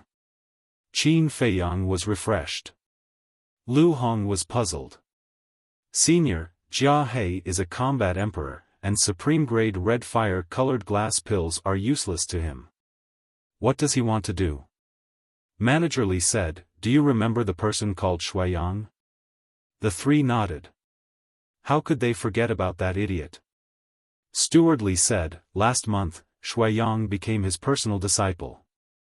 Qin Feiyang frowned and said, in other words, Jia He wants a top-grade crimson fire-colored glass pill in order to fulfill Shuiyang's wish? That's right. The other 2 were said to be the first prince's wedding gift. Manager Li nodded. Fatso sneered, old Jia, are you blind? Don't you know that Shuiyang is a pig? Fatso, your mouth is still so annoying. Manager Li laughed and scolded. He shook his head and said, but this is his business. It's none of our business. The most important thing now is to quickly think of a way to get the blood ginseng. Qin Feiyang returned to his seat. He lowered his head and muttered to himself, give him the medicinal pills. What? Manager Li's gaze trembled, and he said with a frown, this old man knows that you still have superior-grade crimson fire-colored glass pills, but you can't squander them like this either. Although the superior-grade crimson fire-colored glass pill is precious, I have already taken it. There's no point in keeping it. It's better to exchange it for something valuable. However, it's definitely impossible to give him 3. At most, I can give him 2. Also, you can't say that I want it. Otherwise, even if you give him 10, he may not exchange it. Qin Feiyang laughed. You don't need to remind me. This old man knows. Manager Li rolled his eyes at him and asked, are you sure? I'm sure. Qin Feiyang nodded. All right, this old man will go and talk to him now. You can ask old man Wan and the others. Anyway, you are also in the Martial Imperial Hall. This old man won't make this trip. Manager Li said. All right. Qin Feiyang stood up and cupped his hands. I hope that senior can make a trip to the royal family and the Lin family immediately, because I really need those medicinal herbs right now. Manager Li looked at him suspiciously and said, all right, this old man will arrange it. Then the shadow disappeared. There are still 10 days before Yi's wedding day. You have to hurry up. Qin Feiyang let out a long breath and walked out of the pavilion. A moment later, he came to the entrance of the law enforcement hall and shouted, Elder Ji, Junior Jiang Haotian requests an audience. Come up yourself. Not long later, the beautiful woman's voice came from the 2nd floor. Qin Feiyang walked up to the 2nd floor, looked around, and saw a door that was only half closed. He walked over and saw Elder Ji sitting at the desk, writing something with his head lowered. He pushed the door open and walked in. What's the matter? Elder Ji raised his head and looked at him, then lowered his head and continued to write. Qin Feiyang stopped in front of the desk and said, Junior would like to ask, does the Martial Imperial Hall have blood ginseng, snow crystal, and 9 suns flower? Let me think. Elder Ji stopped writing, thought for a while, and said, yes, 2 blood ginseng, 2 snow crystals. Why? What do you want? 2 snow crystals. Qin Feiyang's heart suddenly burned. He tried his best to control himself and not show it. He nodded and said, yes, Elder Ji can name a price. Elder Ji smiled, I'm afraid that you can't afford the price I name. Qin Feiyang asked carefully, Elder, you won't ask for too much, right? I want you to join the Martial Imperial Hall, are you willing? Elder Ji said with a look of anticipation in his eyes. Qin Feiyang's heart sank. He really didn't expect Elder Ji to name such a price. However, these 3 medicinal herbs were very important to him. Elder Ji said again, if you agree, I'll give them to you for free. Now. Qin Feiyang began to regret. He should have let Stewardly do it. This way, Elder Ji couldn't find a reason to restrain him. How about this, on the day of the first prince's wedding, if Elder still invites me to join the Martial Imperial Hall, I will definitely not refuse. After thinking about it, Qin Feiyang could only think of this method. Really? Elder Ji immediately became spirited. Yes. Qin Feiyang nodded. 10 days later, he would announce his true identity in front of everyone in Yen City. At that time, he wasn't sure how the Martial Imperial Hall would treat him. Alright, wait here. I'll go get you the blood ginseng and snow crystals right away. Elder Ji stood up and quickly walked out of the room. In her opinion, Qin Feiyang joining the Martial Imperial Hall was already a done deal. If we add the 3 blood ginseng in Jia Hei's hands, then we have 5 blood ginseng and 2 snow crystals. As long as I find 2 more 9 suns flowers, I can refine 2 potential pills. Qin Feiyang was excited just thinking about it. Suddenly, he noticed a blood-colored token on the desk. It was the blood slaughter token. Reaching out to grab it, he looked at it carefully. The beautiful woman quickly returned with 2 jade boxes in her hands. She placed them on the desk and smiled, these are what you want. I've taken a look. They are even rarer than the scarlet glass tree. I've paid such a huge price, don't go back on your words when the time comes. Do I dare? Qin Feiyang smiled bitterly and opened the first jade box. Rays of blood-colored light bloomed. Within the blood-colored light, there were 2 medicinal herbs lying quietly. It was half the length of a chopstick and its shape was similar to ginseng and fire ginseng. However, its entire body was blood red, as if it had just been soaked in blood, giving off a terrifying feeling. It was the blood ginseng. Qin Feiyang suppressed the excitement in his heart and opened the other jade box. A gust of cold air suddenly hit him in the face. 2 extremely thin pieces of ice were placed within the jade box, and they were completely crystalline and translucent, and they emanated expanses of pure white icy mist. These were snow crystals. In fact, they were also ice cubes. But unlike ordinary ice cubes, snow crystals were born in extremely cold places and gradually condensed from cold air. The process would take at least more than 10 years. Although they were also ice, they would not melt as long as they were sealed well and were not exposed to the scorching sun. After confirming that there were no mistakes, Qin Feiyang closed the lid of the box quietly and kept it in his Qiankuan bag. Immediately after, he looked down at the blood-killing token in his hands and frowned. Elder Ji, it has been so long. Haven't you found out its origin? Elder Ji sighed. There are no clues at all. How can we find out? Qin Feiyang placed the blood-killing token on the table and smiled. Remember to tell me when you find out. Yes. Elder Ji nodded. I'll take my leave then. Qin Feiyang cupped his fists and turned to leave. Elder Ji's eyes flickered as he asked, the royal family is preparing to hold a competition. Are you interested in participating? Competition? Qin Feiyang raised his brows. Isn't the first prince getting married? Therefore, the king of Yen ordered to hold a competition for young people. The top 10 people will compete on the day of the first prince's wedding in front of all the big shots in Yen City. The top 3 people will receive generous rewards and can also participate in the royal banquet that night.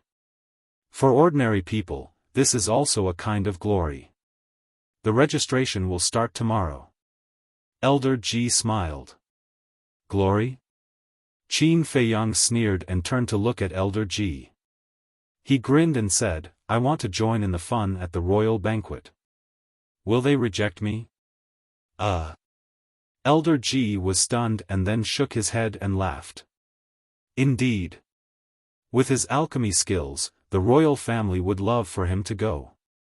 In the eyes of the royal family, he might even be more important than her, the law enforcement elder. There was indeed no need for him to participate in such a boring competition. She waved her hand and said, Go back. If you want to leave the Martial Imperial Hall, report to me first. Okay. Qin Feiyang agreed readily and left the law enforcement hall quickly. He stood on a winding path with a face full of excitement. He had effortlessly obtained 4 stalks of such precious medicinal herbs. It seemed that even the heavens were helping him. Jiang Lao De. At this moment, a familiar shout rang out. Qin Feiyang looked in the direction of the voice and saw Fatso running over. He asked in confusion, What are you doing here? Fatso chuckled. Steward Li just sent me a message saying that Jia He agreed and even obtained a 9 Suns flower from old dog He. 9 Suns flower. That's great. Qin Feiyang was extremely excited. In this way, he finally gathered the herbs for the first set of potential elixir. He really did not expect that it was Elder He who helped him so much. If those 2 old dogs know that Steward Li bought the 9 Suns flower and blood ginseng for you, they will definitely be furious. Fatso laughed sinisterly. This is nothing. When they find out the power of the potential elixir, they will definitely vomit blood on the spot. Qin Feiyang sneered. Vomit blood. Fatso was shocked. He hugged Qin Feiyang's arm and begged, Boss, just tell Fat Lord what kind of magical effect the potential elixir has. If I tell you now, there won't be any surprises. Just wait. Qin Feiyang patted his shoulder and turned to walk towards the tranquil lake. Buzz. At this moment. Chapter 173. Fatso took out the image crystal, and Manager Li's shadow immediately appeared. Is there any good news? Fatso chuckled. It is indeed good news. Manager Li nodded and asked, Where's Jiang Haotian? Boss, wait a moment, Manager Li is looking for you. Fatso quickly grabbed the image crystal and chased after Qin Feiyang. After catching up, Qin Feiyang looked at the shadow and smiled, Senior, what's the matter? Manager Li said, Brother Jiang, just now, my subordinates came to tell this old man that they found a 9 Suns flower somewhere. Where is it? Qin Feiyang was overjoyed. Black Bear City. Manager Li said. Black Bear City? Qin Feiyang was stunned. Fatso was also a little stunned. Are you surprised? It is said that the 9 Suns flower is in the deepest part of Black Bear Mountain. Manager Li laughed. Qin Feiyang shook his head and smiled bitterly. It was not a normal surprise, but a very unexpected one. He asked, Senior, are you sure it's Black Bear Mountain? I'm sure. Manager Li nodded. Qin Feiyang asked, Then when can the people from Black Bear City's treasure pavilion send it over? Manager Li thought for a moment. It is said that there is a Black Bear King in Black Bear Mountain, and it is quite strong. This old man has to send someone over, and it should take a day. Qin Feiyang nodded and cupped his hands, Senior, please don't hurt the Black Bear King. Manager Li asked, Why? Do you know it? Yes, it saved my life, forget it, I'll go too. Qin Feiyang was a little worried. Because he understood the temper of the Black Bear Mountain. If there was a disagreement and he fought with the people of Treasure Pavilion, he would feel guilty if anything happened. Moreover, he had another very important thing to do. This matter could directly affect the situation 10 days later. Alright, be careful. This old man will go to the Lin family and the royal family to take a look. Manager Li laughed. For the sake of a ferocious beast, he had even made a personal trip. This kid was also a loyal and righteous person. What he didn't know was that the Black Bear King had saved Qin Feiyang not just once, but several times. Qin Feiyang would never forget this kindness for the rest of his life. After turning off the image crystal, Qin Feiyang returned to the law enforcement hall and explained the matter to the beautiful woman. No way. The beautiful woman didn't even think about it before replying coldly. Elder, this junior must make this trip. Qin Feiyang's attitude was also very firm. Just for a ferocious beast and a medicinal herb? The beautiful woman frowned. Qin Feiyang said, not entirely. There are also some personal matters. I don't know what to do with you. I'm not against it, but you'll have to wait a little longer. Elder Wan and the Hall Master should be back soon. When the time comes, I'll have Elder Wan accompany you. Looking at the stubborn Qin Feiyang, the beautiful woman felt helpless. Qin Feiyang said, there's no need for that. Elder Shi can go with me. If you're still worried, we can disguise ourselves. That's fine too. Shi Zheng is a 9-star battle king. He's enough to protect you in a place like Black Bear City. But you can't reveal your true identity. Jia He and Elder He have already lost their minds. The two battle kings who attacked Fatso and Lu Hong last time are the deacon elders of the Danwang Hall. If they know that you're going to Black Bear City, they'll definitely kill you. The beautiful woman warned with a serious face. Yes. Qin Feiyang nodded and asked in confusion, since we already know their identities, why don't we take them down? After all, they killed people on the street and violated Yen City's rules. The beautiful woman sneered, if we don't catch them at the scene, who dares to go to the Danwang Hall? In short, strength is the way of the king. It was a realistic question. But this world was always so realistic. Instead of blaming the heavens and blaming others, it was better to put in more effort and cultivate diligently. After bidding farewell to the beautiful woman, Qin Feiyang returned to the soothing lake and briefed Shi Zheng. Then, the two took the phantom elixir, changed their appearances, and left the martial imperial hall. None of the spies hiding outside the gate noticed anything. This was the magic of the phantom elixir. After leaving Yen City, Elder Shi brought Qin Feiyang and rushed to Black Bear City. Noon. The two finally entered Black Bear City. A few months passed. Black Bear City didn't change much. The Jiang family was still the dominant family. It would take a lot of effort for the other small families to rise. Treasure Pavilion. VIP Room. Qin Feiyang and Shi Zheng sat at the tea table. Beside them was a man in purple who was serving them. It was the pavilion master of Black Bear City's Treasure Pavilion.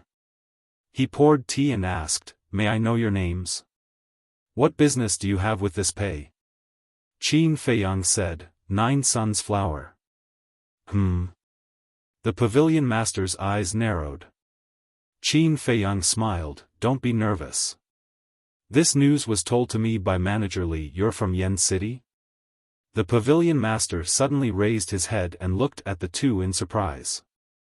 Qin Feiyang nodded and smiled, "Pavilion Master Pei, we're in a hurry.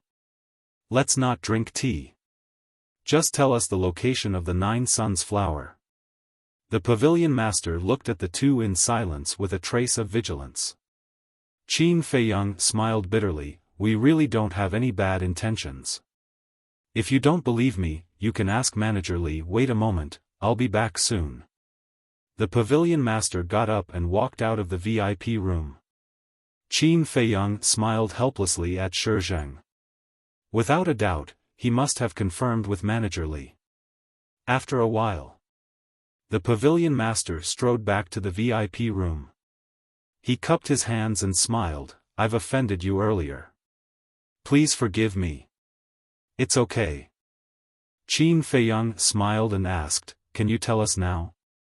The pavilion master said, "The 9 Suns Flower is in the canyon where the Black Bear King lives. I went there once but was chased out by it. Canyon? Qin Feiyang was stunned. He had also been to the canyon but he didn't see any Nine Suns flower. Right. When he went there that day, it was midnight and he was still unconscious. When he left the canyon, he didn't pay much attention to it. The pavilion master smiled and said, "Steward Li has instructed me to take you there. Do you plan to go now or take a rest first?" Qin Feiyang said, "Of course now." After obtaining this Nine Suns flower, he had gathered 2 sets of medicinal ingredients. He and Wolf King could have 1 potential pill each. Therefore, there must be no mistakes. The 3 of them got up and left the treasure pavilion. When they passed by the entrance of the pill hall, Qin Feiyang stopped. The figures of Luo Xiong, Elder Mo and Feng Cheng appeared in his mind. "Let's go," Shi Zheng urged. He could guess what Qin Feiyang was thinking. However, it was obvious that they couldn't go to the pill hall now. Qin Feiyang sighed inwardly and left quickly. When he returned from the Black Bear Mountain, he would find a chance to thank Luo Xiong and Elder Mo. In less than an hour, the 3 of them arrived at the canyon. "Follow me." The pavilion master called out and entered the canyon, leading the way. Along the way, the 3 of them saw many bear paw prints. After a few hundred meters, the pavilion master stopped beside a rock and pointed upwards. He smiled and said, "It's there." Qin Feiyang raised his head to look. Sure enough, he saw a blooming flower on the cliff. It was the size of a palm and grew between the cracks of the rocks. There were a total of 9 petals. Each petal was red like fire and looked like a small sun. It was extremely dazzling. Roar! Bang bang bang! It was also at this moment. Accompanied by a deafening roar, the ground shook. In the depths of the canyon, a huge monster rushed over with a ferocious aura. If it wasn't the Black Bear King, who else could it be? Shi Zheng immediately protected Qin Feiyang behind him. The pavilion master also retreated behind Shi Zheng. However, he didn't look at the Black Bear King. Instead, he looked at Qin Feiyang's back. His eyes were filled with doubt. What was the background of this person? Not only was there a battle king following him, but even Manager Li had instructed him to take good care of this person. Roar! The Black Bear King ran over and stopped more than 10 meters away. Its huge eyes stared fixedly at the 3 of them. Qin Feiyang pushed Shi Zheng away and walked to the front. He cupped his hands and smiled, "Senior Bear King, it's been a few months. How have you been?" The Black Bear King was stunned and looked at him in confusion. Qin Feiyang smiled and said, "I remember last time, it was you who helped me detoxify the poison. That's why I was able to escape. Is that you?" The Black Bear King's doubtful voice sounded in Qin Feiyang's mind. "That's right." Qin Feiyang nodded. The Black Bear King said, "Didn't you go to Yen City? Why did you suddenly appear here?" Qin Feiyang pleaded, "I specially rushed over from Yen City for this 9 Suns flower. Senior Bear King, please grant me my wish." The Black Bear King looked up at the 9 Suns flower and shook his head. "I have a use for this 9 Suns flower. I can't give it to you.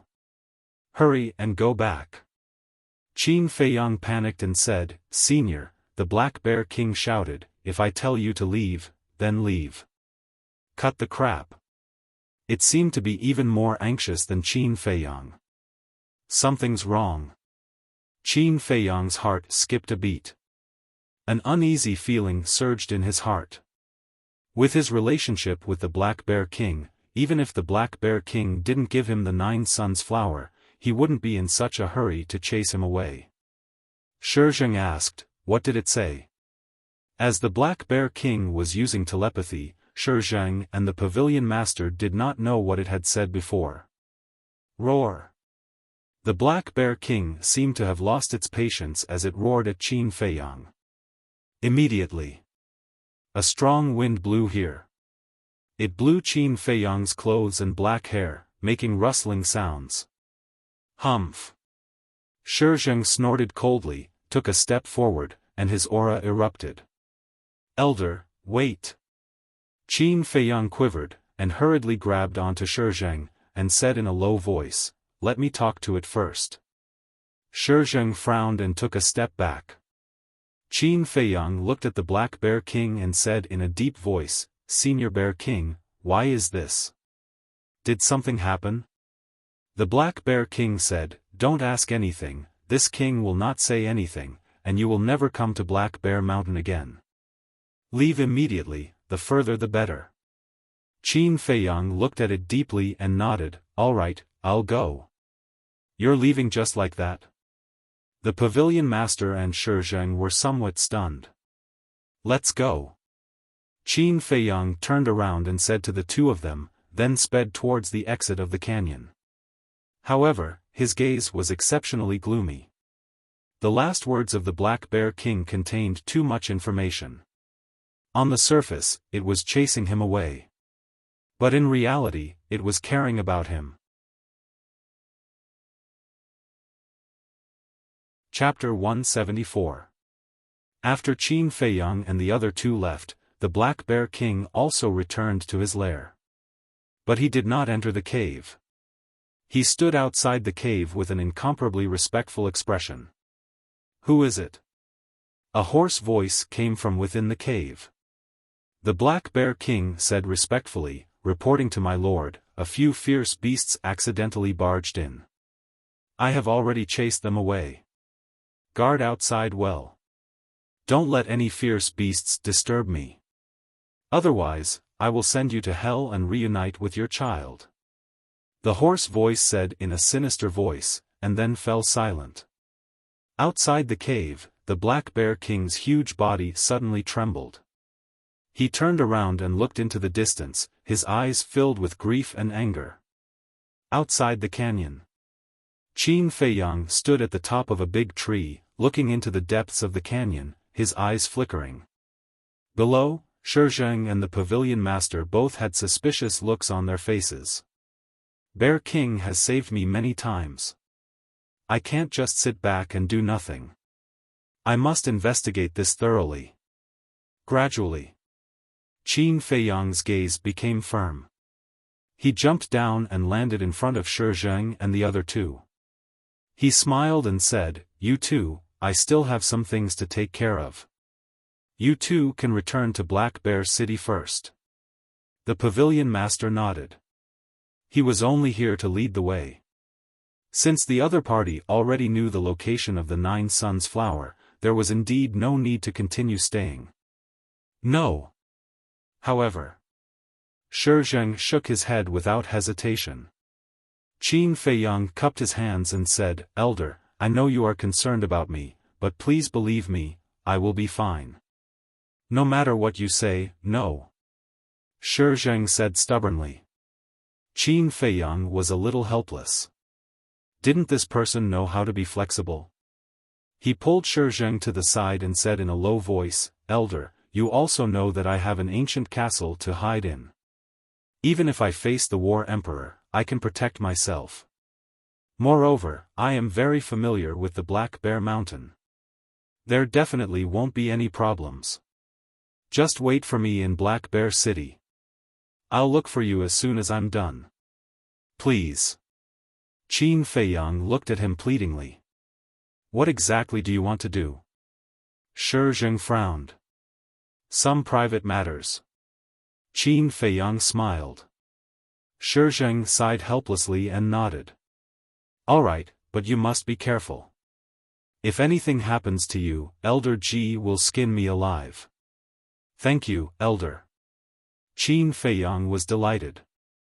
It really wasn't an easy task to convince this honest man. Shi Zheng rolled his eyes at him and turned to leave with the pavilion master. Actually, letting Shi Zheng leave was also for Shi Zheng's safety. He had an uneasy premonition in his heart. If he really encountered any danger, he could hide in the castle, but Shi Zheng would be in danger.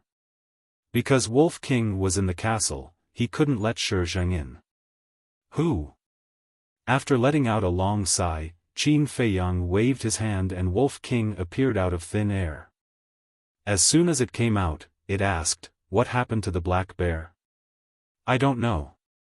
Qin Feiyang shook his head and said in a deep voice, "Let's go and take a look, but we can't go directly.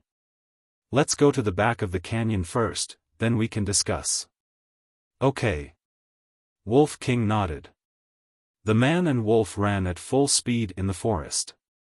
Along the way, they tried their best to avoid the ferocious beasts. When they encountered creatures like poisonous insects that ambushed them, they quickly got rid of them. Even so, by the time they reached the back of the canyon, their bodies were already covered in wounds. However, because they were worried about the black bear, they didn't pay much attention to their injuries.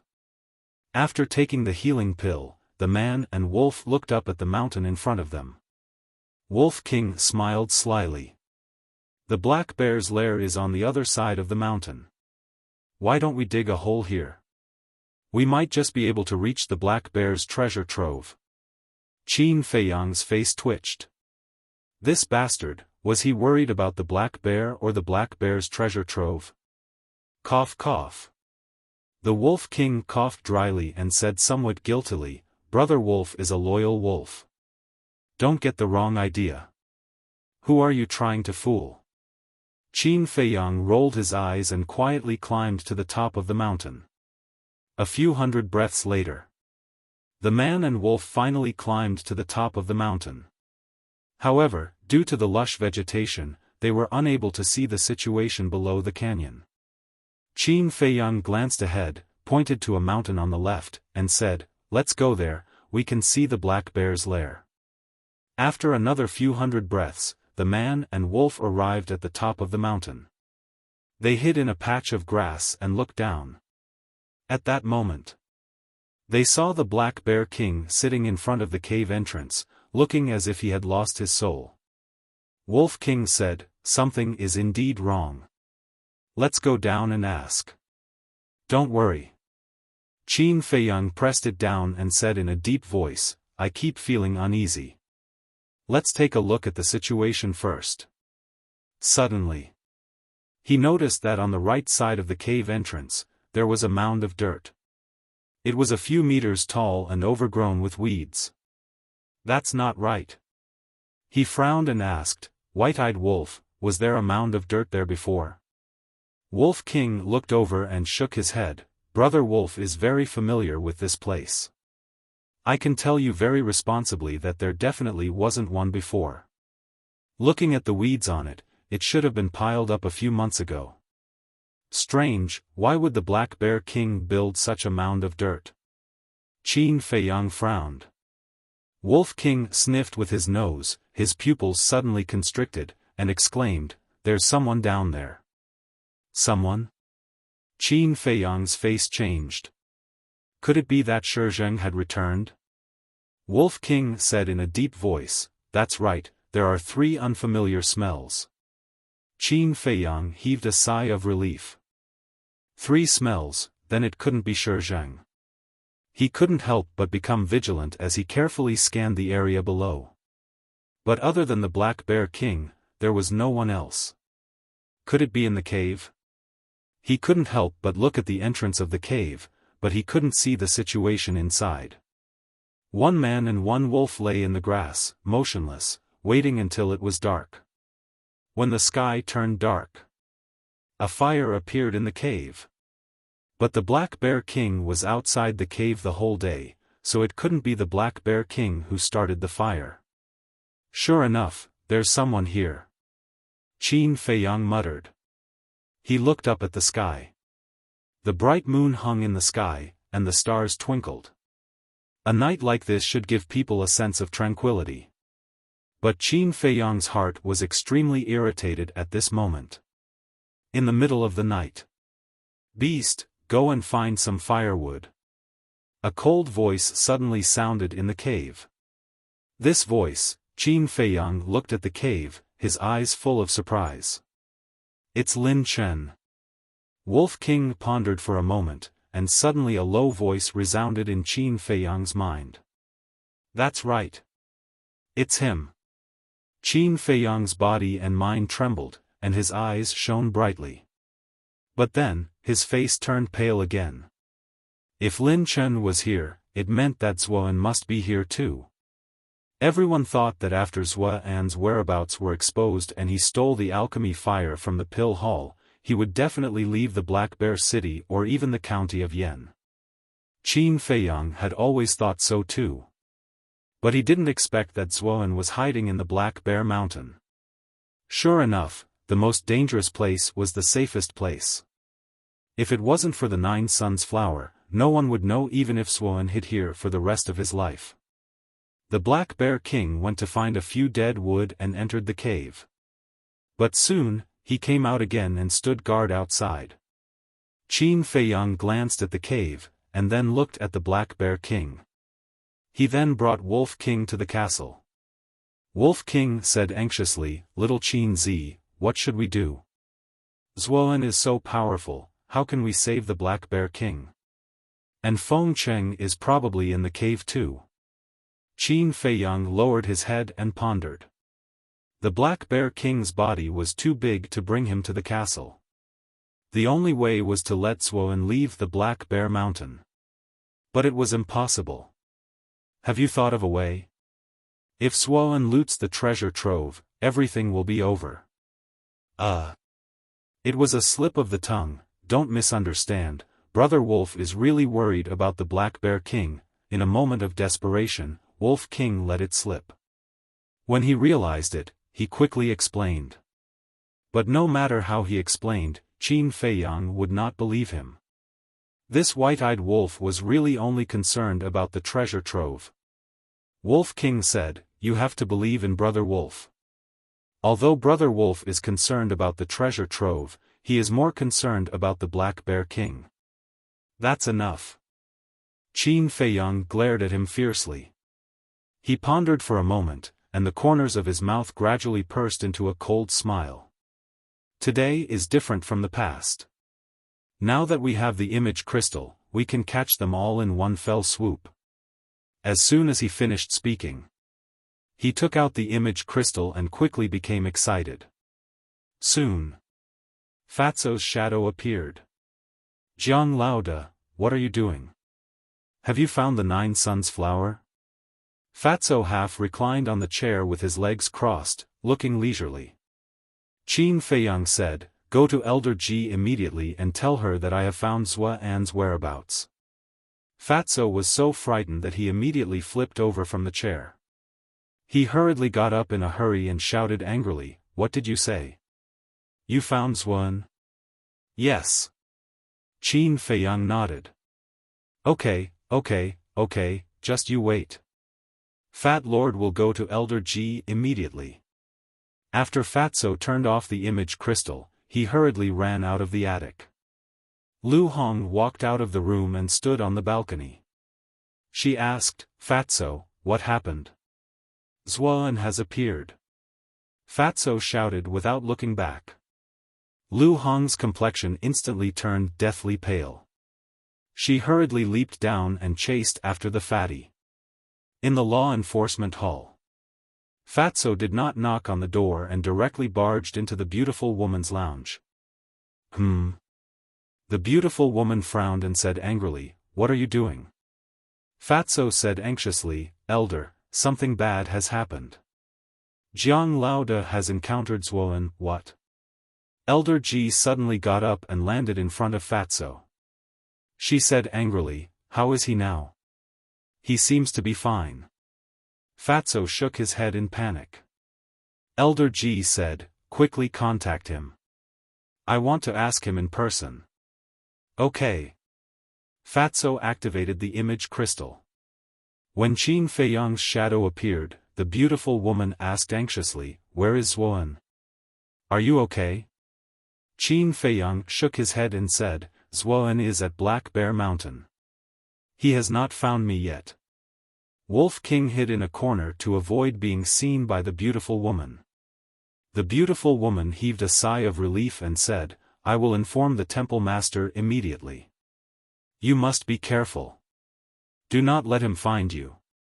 This time, no matter what, we must not let this old fox escape. We will contact you again when we reach Black Bear City. Okay. Qin Feiyang nodded. Chirp. As soon as the image crystal was turned off, the loud cry of an eagle could be heard in the castle.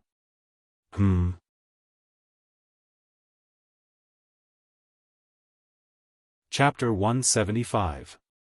Why is there an eagle's cry? Qin Feiyang left the castle with Wolf King. He quickly lay down in the grass and looked at the valley. Then, Qin Feiyang's eyes flashed with a cold light. Above the cave, a huge falcon was circling in the air. There were at least 20 people in its 2 huge claws.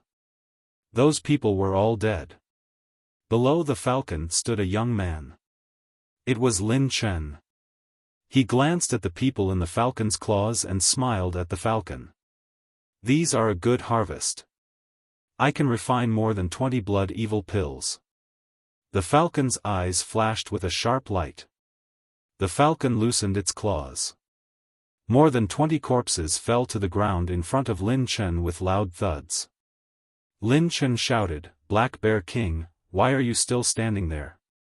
Hurry up and move them in. There was a trace of reluctance in the Black Bear King's huge eyes. But there was no other way. He had to do it.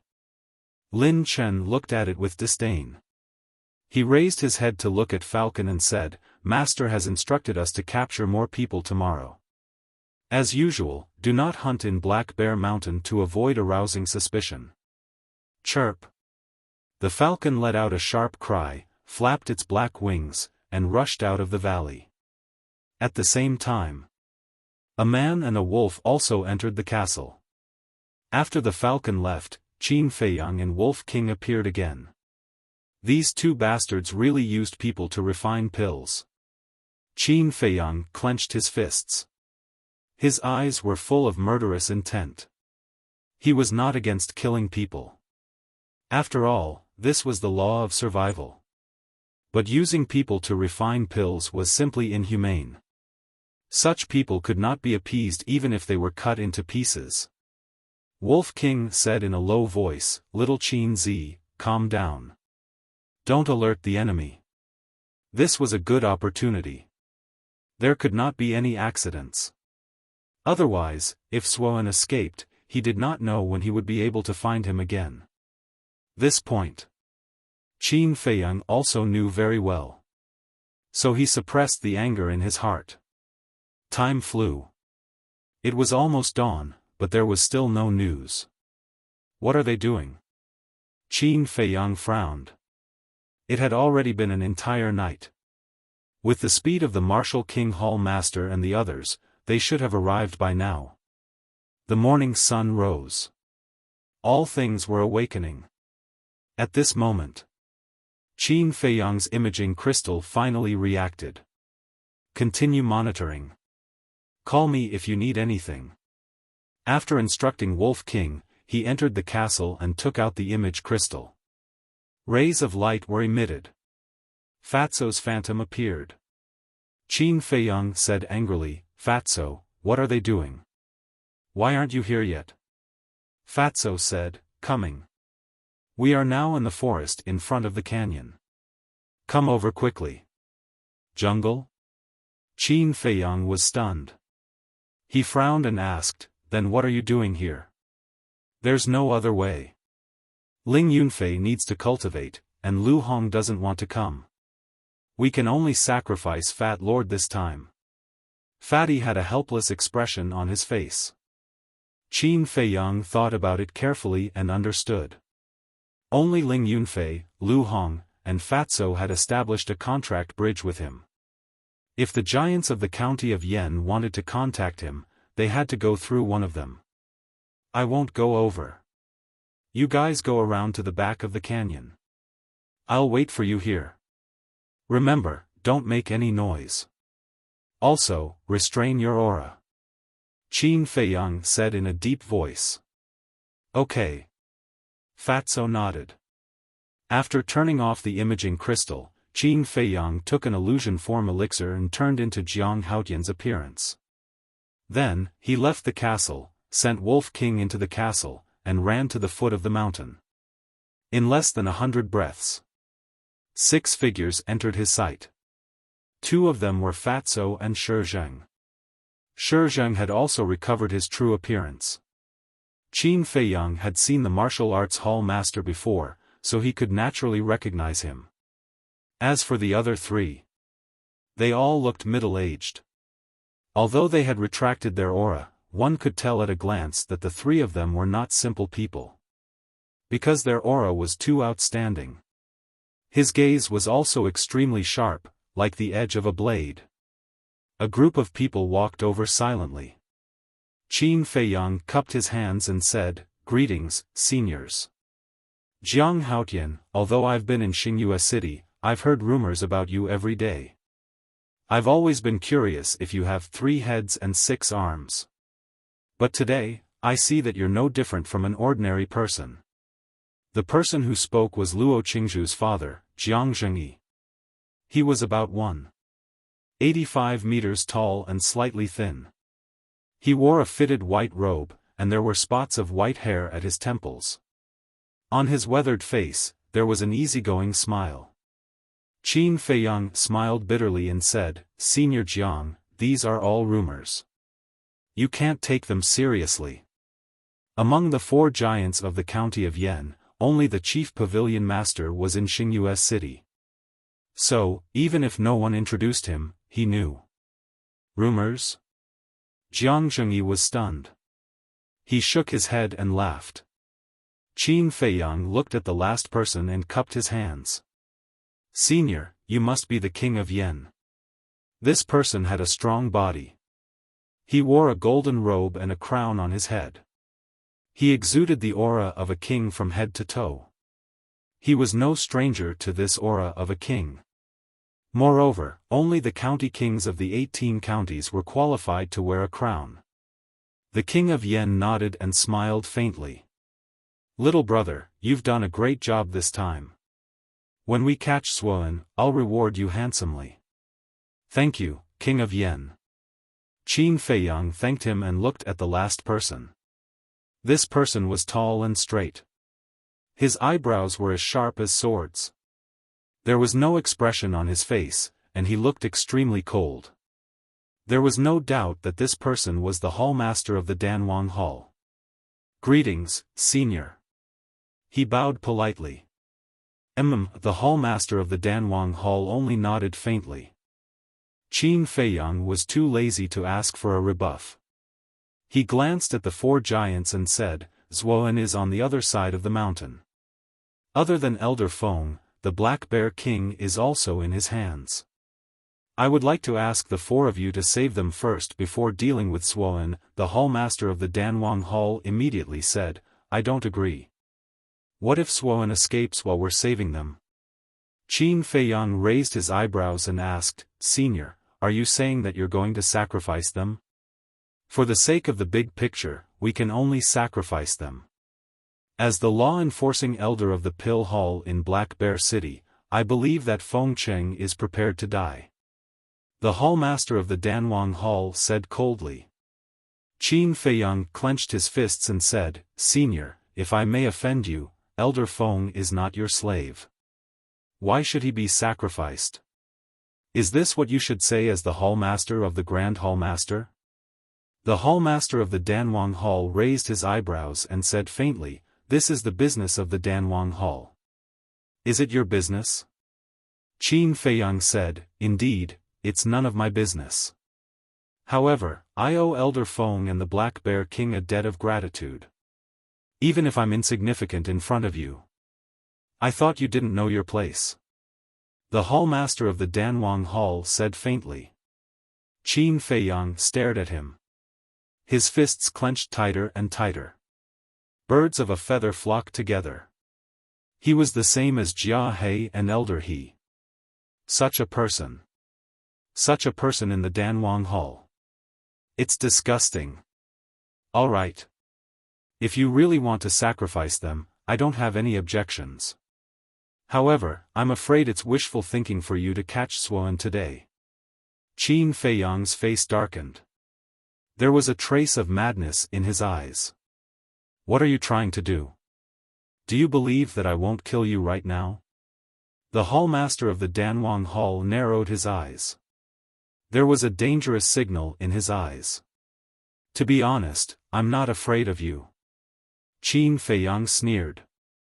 All right, let's not talk too much.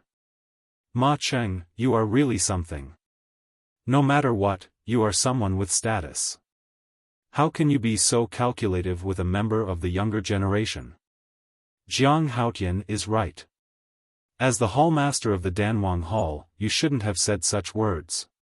Seeing that the two were about to fall out, the people of Theta Wang Hall hurriedly tried to calm them down. The hallmaster of the Martial King Hall looked at Qin Feiyang and comforted him, "Don't worry.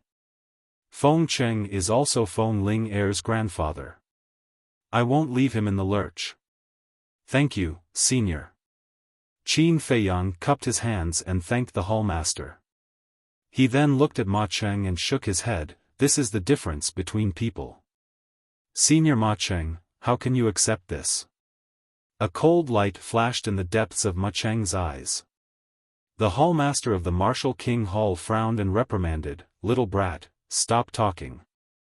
Qin Feiyang also knew when to stop. If they continued, Ma Cheng would definitely go crazy. King of Yen said, "Bring us up first."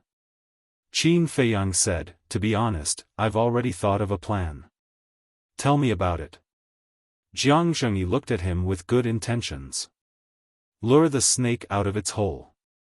As long as we make some noise here, Xiaofan will definitely come to check it out.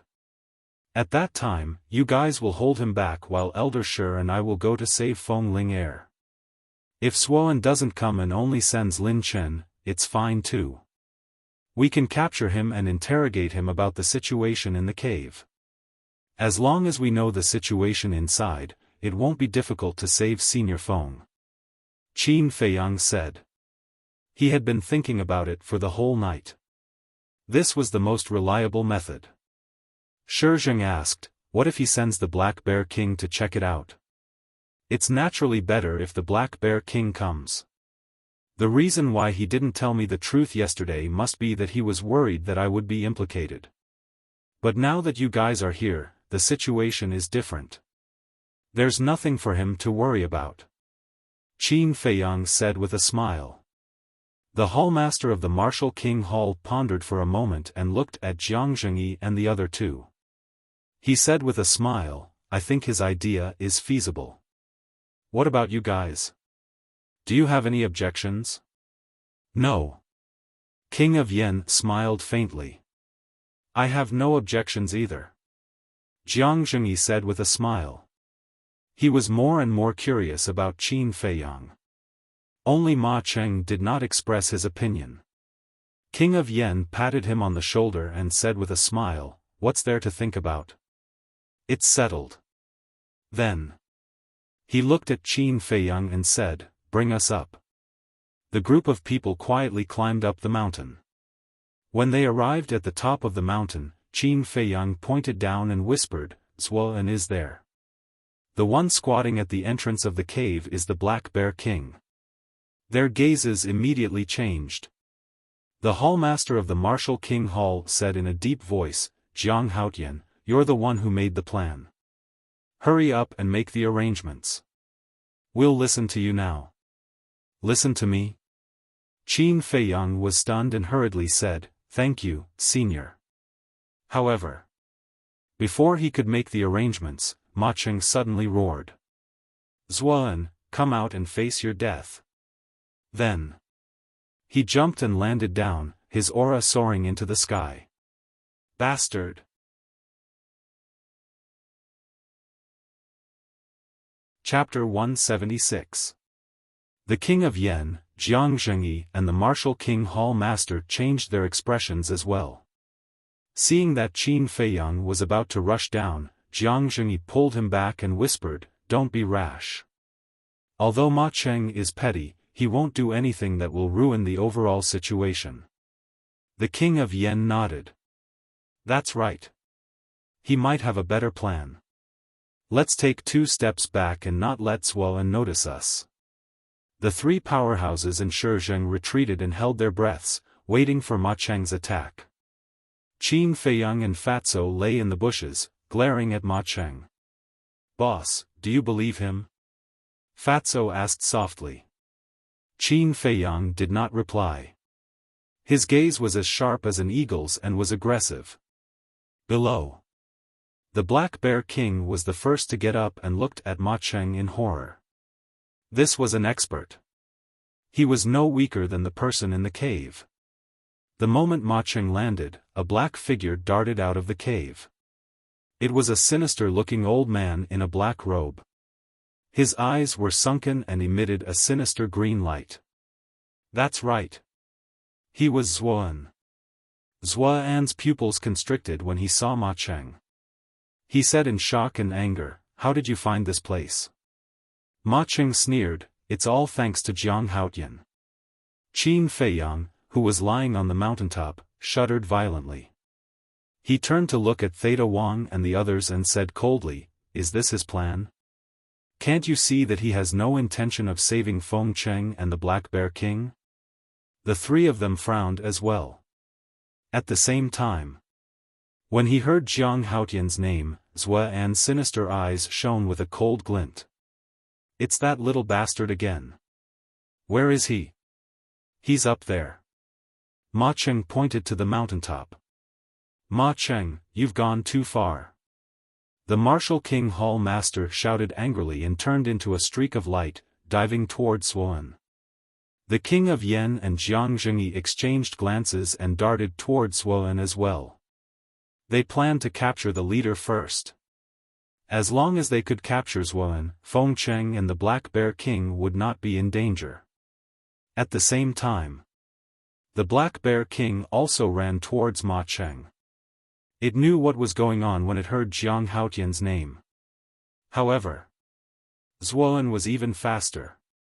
When he saw that Theta Wang and the Black Bear King was also here, he caught up to the Black Bear King's tea in a single step. The old hand reached out and grabbed the Black Bear King's thigh. His 5 fingers were like steel needles, instantly sinking into the Black Bear King's flesh. He forcefully lifted it.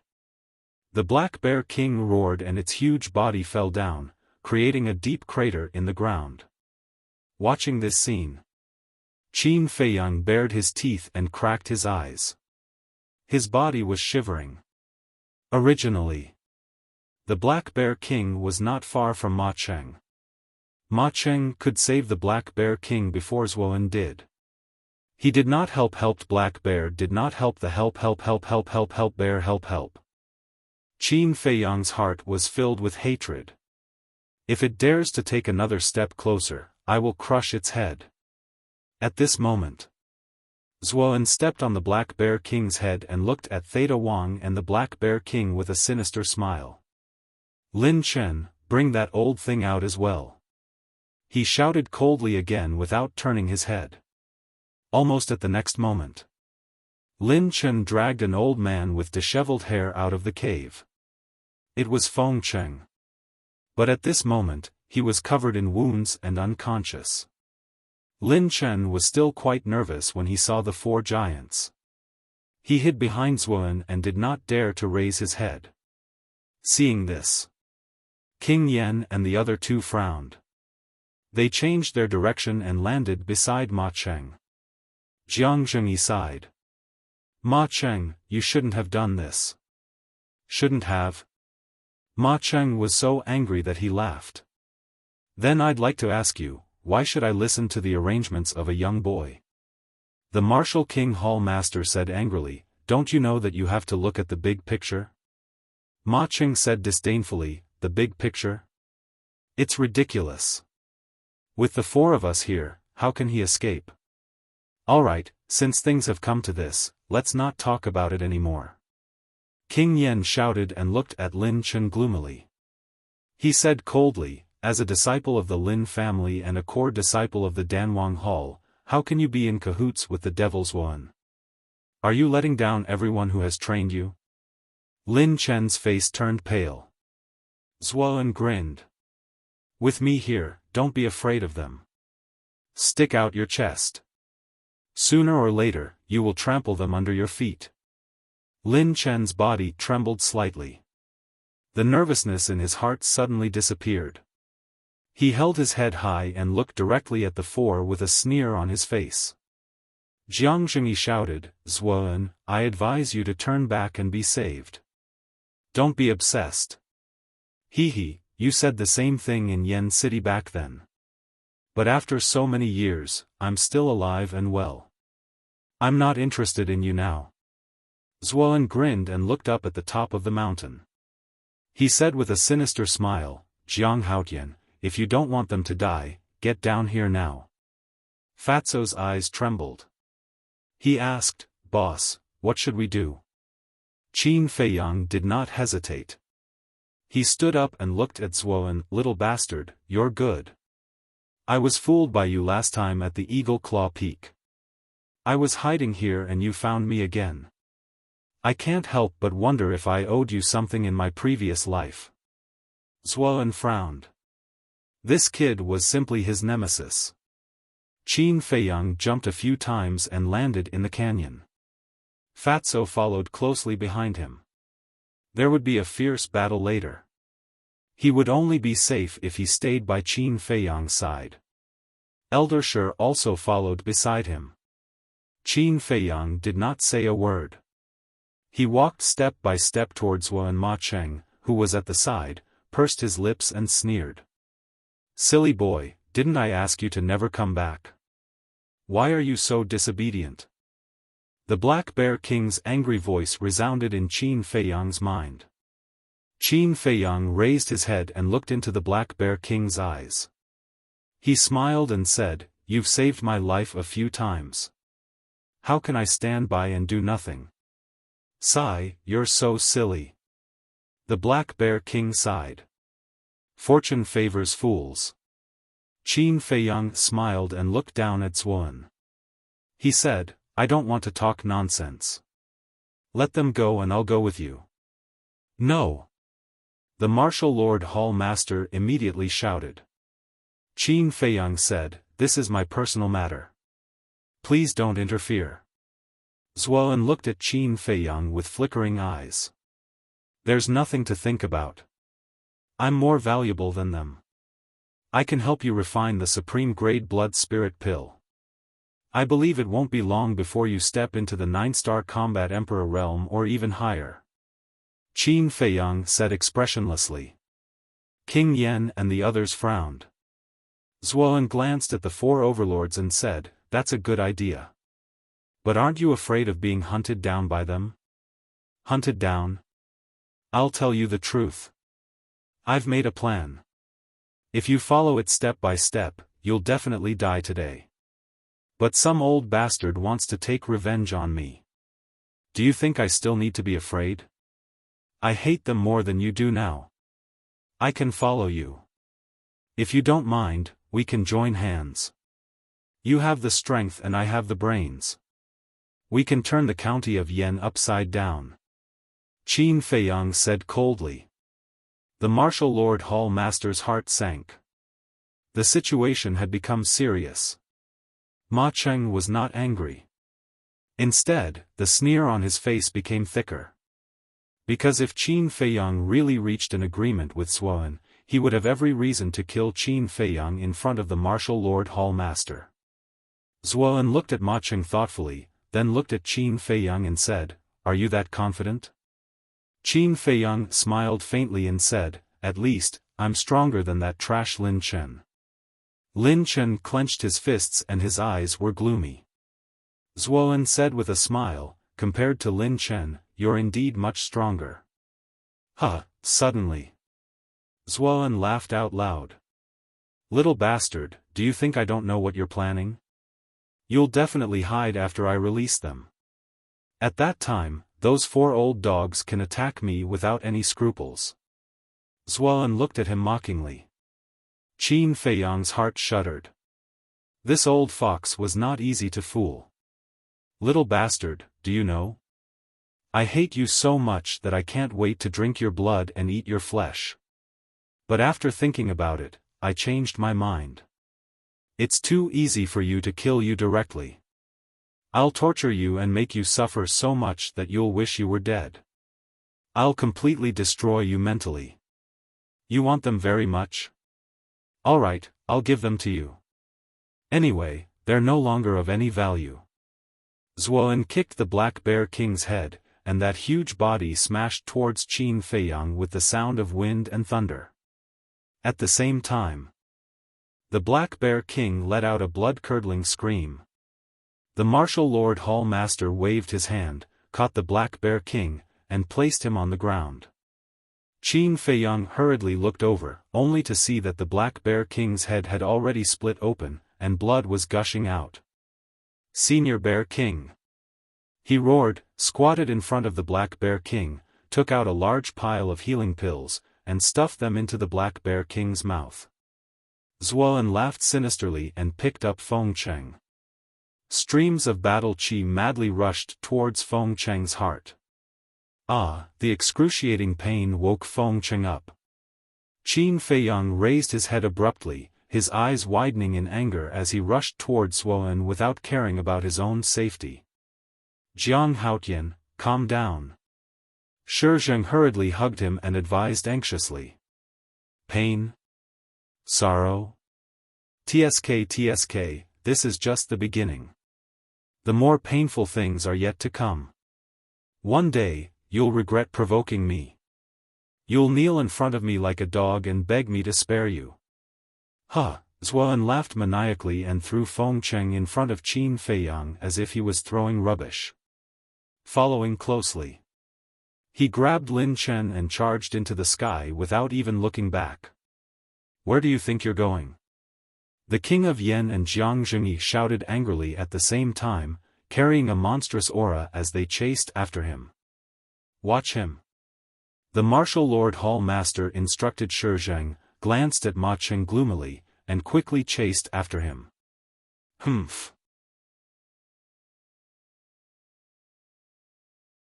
Chapter 177. However, Qin Feiyang was completely unaware of their departure. Elder Feng, Senior Bear King, you won't die. He grabbed the highest-grade healing pills and stuffed them into the Black Bear King and Feng Cheng's mouths one by one. It was as if as long as they took enough pills, they would be able to live. Fatso watched from the side and was about to get angry. The Bear King's head was broken. Feng Cheng's heart was broken. It was obvious that there was no hope. He wanted to comfort him, but he didn't know how to say it.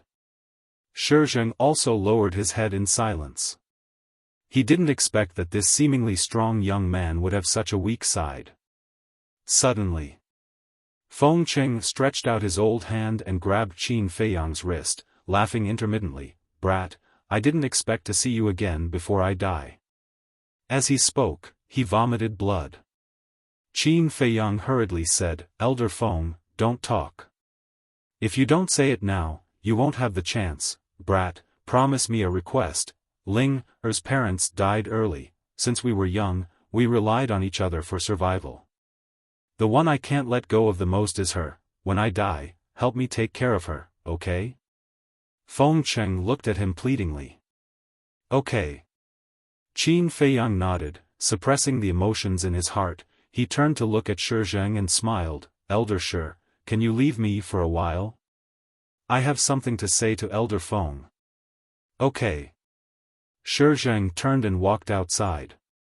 Qin Feiyang turned back to look at Feng Cheng, only to find that Feng Cheng had already closed his eyes. His heartbeat and breathing had also stopped. He originally wanted to tell Feng Cheng his true identity, but now there was no chance. I also have something to ask of you. At this time, the Black Bear King's voice entered his mind. Senior, no matter what it is, I promise. Qin Feiyang raised his head and nodded with a forced smile on his face. Do you see that mound? My child is buried there. I hope you can bury me next to it. let me continue, to protect it. Xuan didn't find the treasure vault, you can take everything in there as well. As the Black Bear King spoke, 2 drops of blood flowed down from the corners of his eyes. It was filled with endless sorrow. After saying this, its aura of life also stopped. Boom! Qin Feiyang was like a bolt from the blue. The black bear cub is dead? It turned out that the mound was its grave. It had only been a few months, so why did it become like this? Why, suddenly? He raised his head and roared. Meanwhile, rumble. Crack. In the distance, a series of loud noises came, shaking the heavens and the earth. Terrifying shockwaves from the battle spread rapidly. They're fighting. Fatso and Shizheng looked at the sky in surprise. But Qin Feiyang didn't look at him, looking indifferent. He got up and walked to the side of the mound. True qi gushed out from the soles of his feet, and with a boom, a deep pit suddenly appeared. After burying the Black Bear Queen, he bowed deeply 3 times before the grave. There weren't any bold words. Everything seemed plain and simple. After that, he walked into the cave alone and saw many corpses. It was too horrible to look at. But there was no change in his expression. He entered the treasury, took everything, and left the cave. He carried Elder Feng's body and walked out of the canyon. Shizheng hurriedly asked, Jiang Haotian, where are you going? Qin Feiyang said, Black Bear City. Fatso chased after him and asked, Boss, don't you want to see what happened to Xuan? Not interested. Qin Feiyang whispered. He looked up at the sky, and 2 rays of light shot out, because he won't die. Won't die?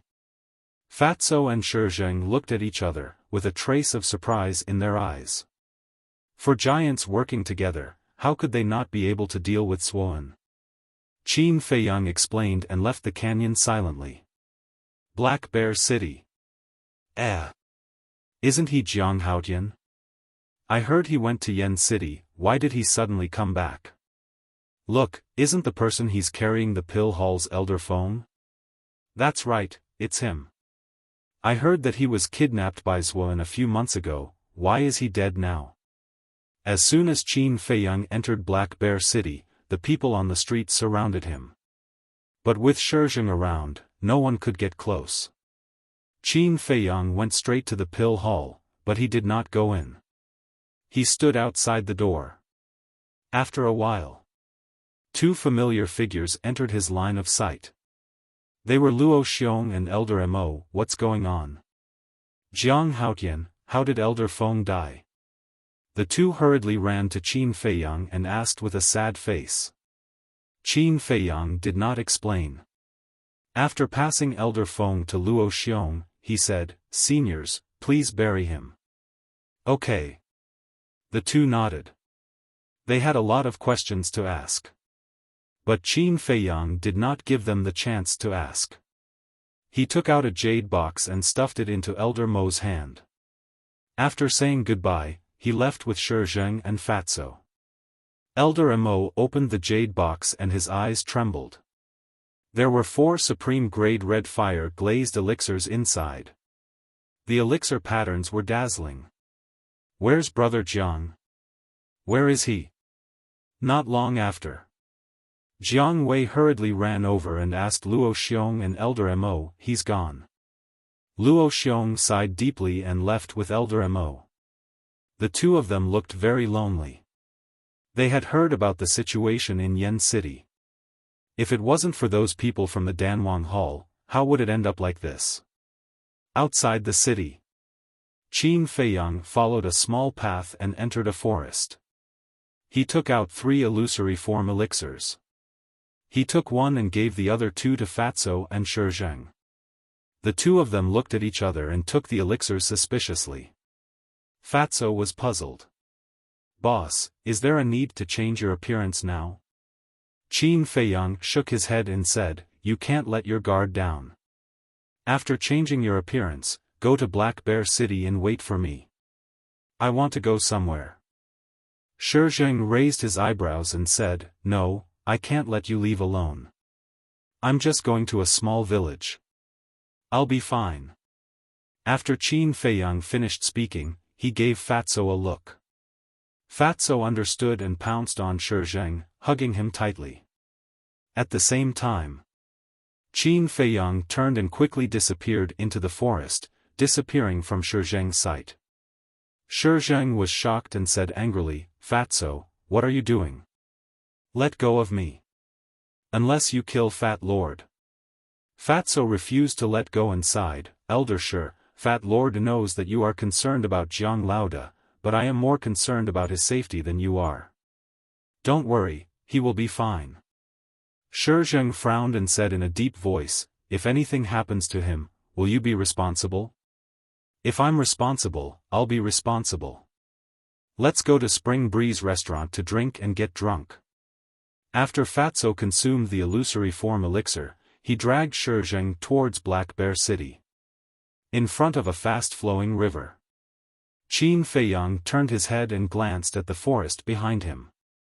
Seeing that Shi Zheng did not chase after him, he finally let out a long sigh. The place he was going to now was Iron Ox Town. So, he definitely could not let Shi Zheng follow him. The current him was no longer the same as before. In less than half a day, they arrived at Iron Ox Town. Entering the town with an unfamiliar face would definitely arouse suspicion. After all, Iron Ox Town was not big and there were not many people. Everyone knew each other.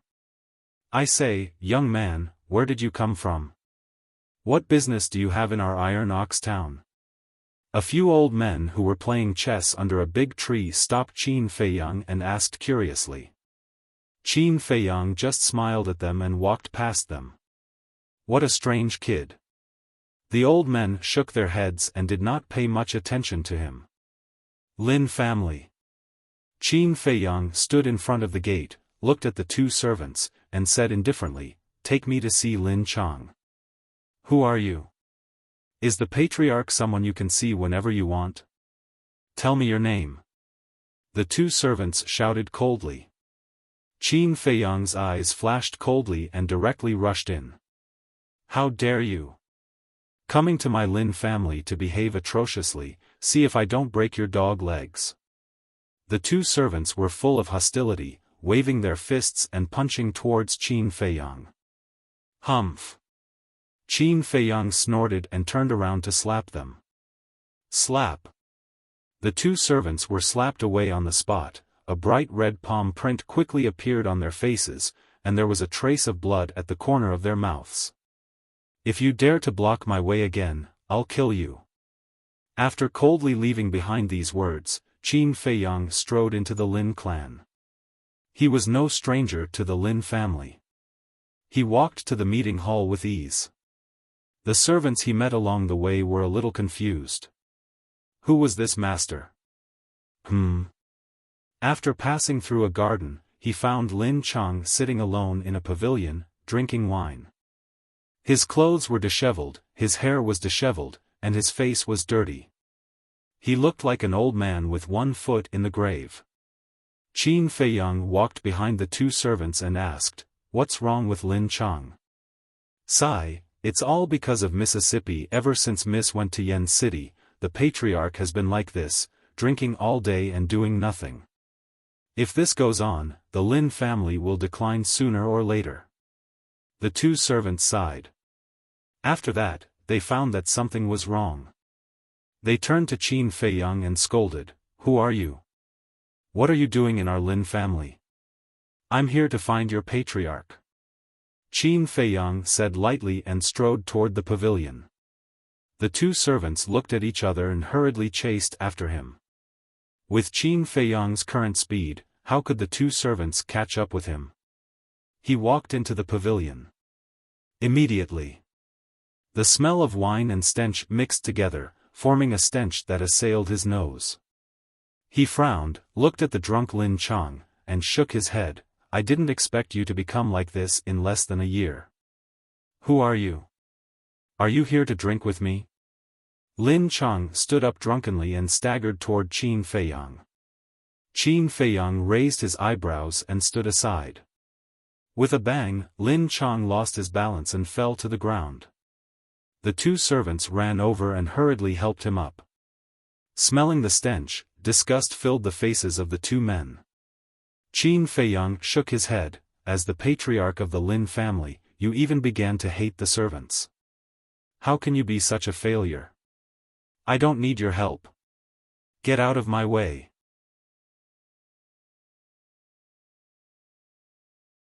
Chapter 178. Get out? Qin Feiyang snorted, looked at the two maids, and asked, "Where is the pond?" One of the maids said, "There is one in the backyard." "Why are you looking for the pond?" "Take me there." Qin Feiyang stretched out his big hand and picked Lin Chang up as if he was picking up a chick. The two maids were hesitant. Because they guessed what Qin Feiyang wanted to do. Qin Feiyang shouted, "If you don't want to die, lead the way quickly." The two maids shuddered and quickly ran to the backyard. Dong! In front of the pond, Qin Feiyang directly threw Lin Chang in without saying a word. Help! At that moment. In the water, Lin Chang began to struggle madly. He kept calling for help. Qin Feiyang was stunned. He turned to look at the two maids and asked, "He can't swim?" The two maids nodded, leaned together, and shrank their bodies. Their small faces were pale. Who dared to throw the patriarch into the pond? Who was this person? Qin Feiyang frowned and said, "Then why don't you call someone to save him? I won't be responsible if he drowns." "Come on. The patriarch is drowning." The two maids immediately shouted. Almost at the next moment. In a nearby attic, a servant ran out. When he came to the pond, he saw Lin Chang's situation and hurriedly jumped in. It took him a lot of effort to save Lin Chang. The servant took a few breaths, glared at the two maids, and shouted, "What's the matter with you? If anything happens to the patriarch, can you bear the responsibility? It has nothing to do with us. It was he who threw the patriarch in." The two maids pointed to Qin Feiyang. The servant looked at Qin Feiyang and shouted, "You dare to murder the patriarch, are you looking for death? Get out." Qin Feiyang spat out this word coldly. "What did you say? I dare you to say that again." That servant's eyes widened in anger, full of hostility. "Scram!" Qin Feiyang said. "You're courting death." The servant let out a low growl and pounced at Qin Feiyang. "Stop!" But at this moment, a low shout came from behind. "Patriarch!" The servant was overjoyed and quickly turned around to look. Lin Chang got up from the ground and shook his head hard to get rid of the last trace of drunkenness. Then, he looked at Qin Feiyang suspiciously. That servant ran to Lin Chang's side and sternly said, "Master, he was the one who threw you into the pond.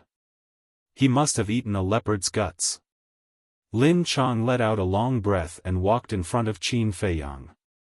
He sneered and said, "Do you know why this patriarch asked him to stop?" Qin Feiyang said indifferently, "I'm not interested." "Even if you're not interested, you still have to listen. It's because this patriarch wants to personally blow your head off." Lin Chang laughed sinisterly. True Qi surged as he punched towards Qin Feiyang. "You don't have this ability now." Qin Feiyang stretched out his arm and easily caught Lin Chang's fist. "How is this possible?" Lin Chang was shocked. He used all his strength but couldn't pull his hand out. That servant was also dumbfounded. This person was actually so strong? Even the patriarch could be easily subdued. Fortunately, before, he didn't really rush up. Otherwise, the consequences would be unimaginable. Lin Chang was shocked and angry. "Who the hell are you?" Qin Feiyang let go of his hand and said lightly, "I want to talk to you alone." Lin Chang shook his hand and looked at Qin Feiyang suspiciously. He waved his hand and said, "All of you retreat." That servant and 2 servant girls, as if they had been pardoned, disappeared in a few blinks of an eye. Lin Chang said, "Say it now." Qin Feiyang shook his head and said, "Your current appearance is really embarrassing. But this is what you asked for. No one will sympathize with you. Is this what you want to say?" Lin Chang clenched his fists. His eyes flashed fiercely. Qin Feiyang said, "I don't have so much time to care about your affairs. I'm just thinking that if Lin Yi knows that you have become like this, she should be very sad." Yi. Lin Chang's gaze trembled. He stepped forward and grabbed Qin Feiyang's clothes. He roared with a ferocious face, "How do you know Yi? Who the hell are you?" Qin Feiyang didn't speak. He just looked at him faintly. After a while, Lin Chang reacted. He hurriedly let go of his hand and bowed, "Sir, I'm sorry. I offended you." Qin Feiyang said, "If I give you another chance, will you still deal with Qin Feiyang?" Lin Chang's body shook. He said in surprise, "You know Qin Feiyang? Answer me." Qin Feiyang raised his eyebrows. Lin Chang lowered his head. His hands were clenched together. His face was distorted and looked ferocious. He hated Qin Feiyang from the bottom of his heart. It was because Qin Feiyang killed Lin Bailey that Lin Han was enraged. He snatched Yi and forced him to sign the agreement to sever the father-daughter relationship. So in his view, all of this was caused by Qin Feiyang.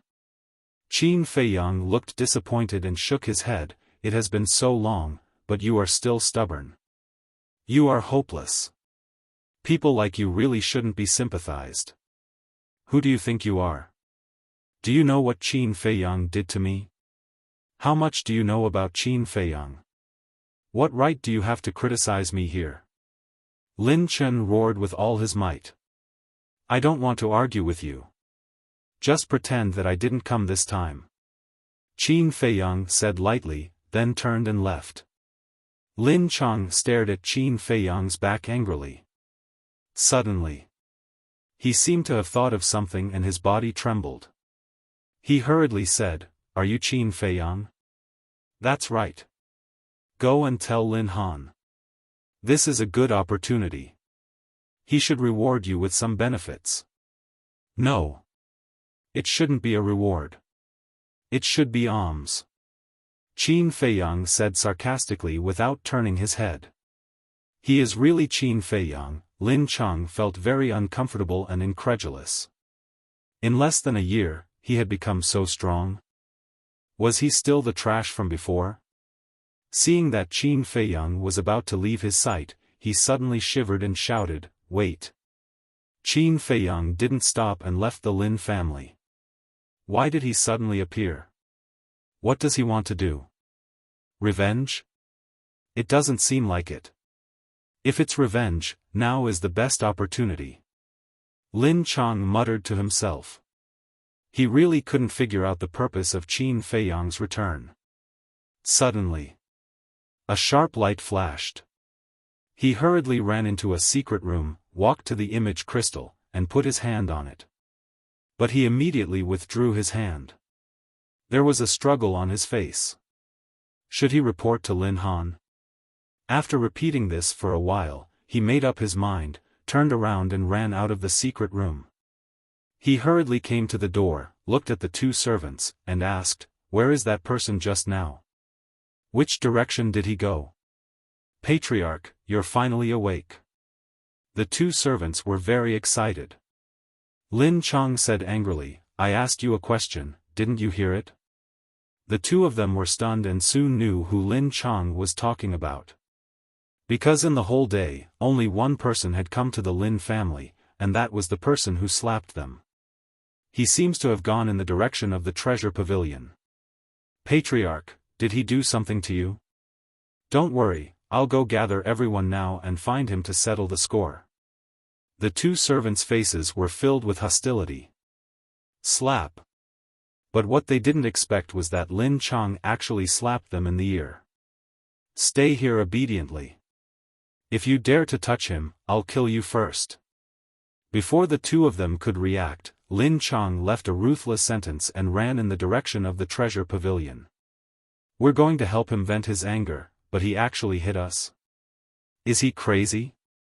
The two of them looked aggrieved and puzzled. Treasure pavilion. Reception room. A dignified and beautiful woman sat by the tea table, sizing up the person opposite her. The woman was Luo Qianxue. As for the person opposite her, it was naturally Qin Feiyang.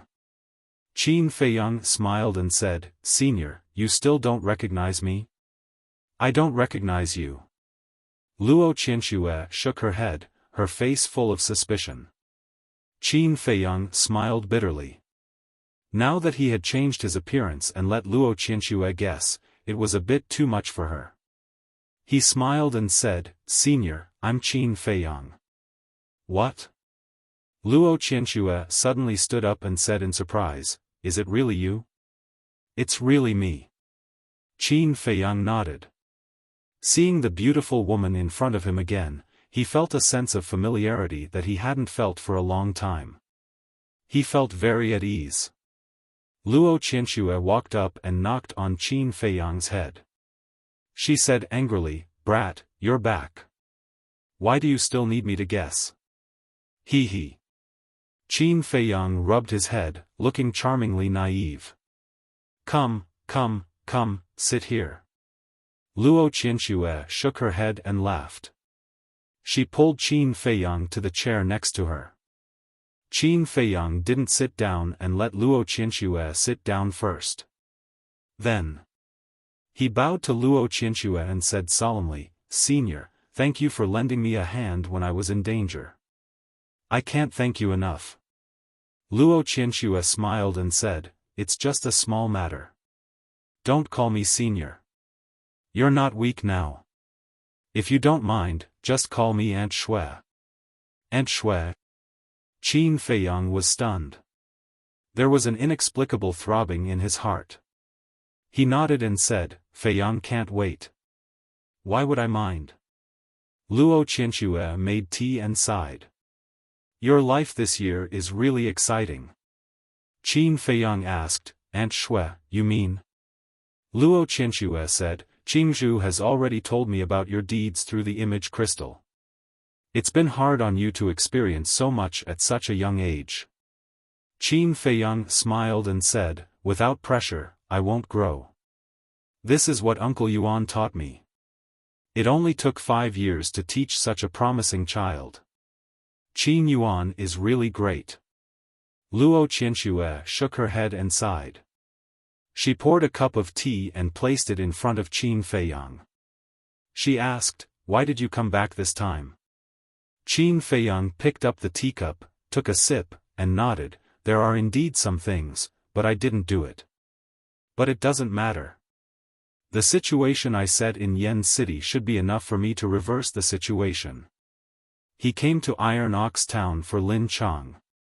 Because Lin Chang was clear about the conflict between him and Lin Bailey.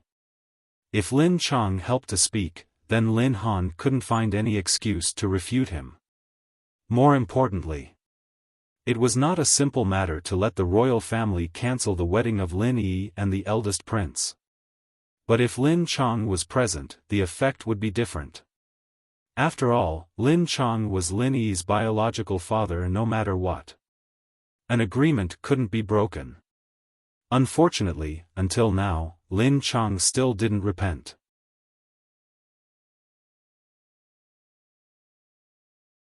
Chapter 179. Plot. Luo Qianxue was also very surprised. A young man who was not even 16 years old dared to plot in Yen City? This kind of mentality was really shocking. After a moment of silence, Luo Qianxue asked, "Do you want to restore your real identity?" Qin Feiyang smiled and said, "I can't use the name Jiang Haotian for the rest of my life." "That's true." Luo Qianxue nodded, thought for a moment, and asked, "When do you plan to show your cards?" Qin Feiyang said, 9 days later, and the first prince's wedding ceremony." Hearing this, Luo Qinshue's intelligent eyes flashed with a strange light. Knock, knock. At this moment, there was a knock on the door. Luo Qinsue asked, "Who is it?" "Pavilion Master, Master Lin wants to see you." A woman's voice came from outside. "Do you want to hide?" Luo Qinsue frowned and looked at Qin Feiyang. Qin Feiyang smiled and said, "No, because he came to see me." "See you?" Luo Qinshue's face showed a trace of suspicion, and she said to the people outside the door, "Let him in." The door was pushed open, and a young woman stood at the door. When the young woman stepped aside, Lin Chang entered their sight. After seeing Qin Feiyang, he was happy and hurried in. "Close the door. Without my permission, no one is allowed to enter the reception room." Luo Qinsue ordered the young woman. "Yes." The woman answered, closed the door, and left. Lin Chang walked to Qin Feiyang, cupped his hands and said, "Qin Feiyang, in the past." Qin Feiyang waved his hand and said, "Let's not talk about the past. Just tell me your purpose." Lin Chang wanted to say something, but he swallowed it back and looked at Luo Qinsue. Qin Feiyang said, "It's okay. Aunt Shui is not an outsider. Just say it." "Aunt Shui?" Lin Chang was shocked. When did Qin Feiyang become Luo Qinshue's nephew? Qin Feiyang frowned. "Is there anything wrong? If there's nothing important, don't waste my time." Lin Chang said, "I want to ask you to help me save Yi. Weren't you the one who insisted on sending her to the royal family? Why do you want to save them now? Moreover, the one who's going to marry her is the first prince, the future county king of the county of Yan. I'm just a nobody. How would I dare to go against the royal family?" Qin Feiyang sneered. "Yes. In the past, I was blinded by desire and didn't think about Yi's feelings.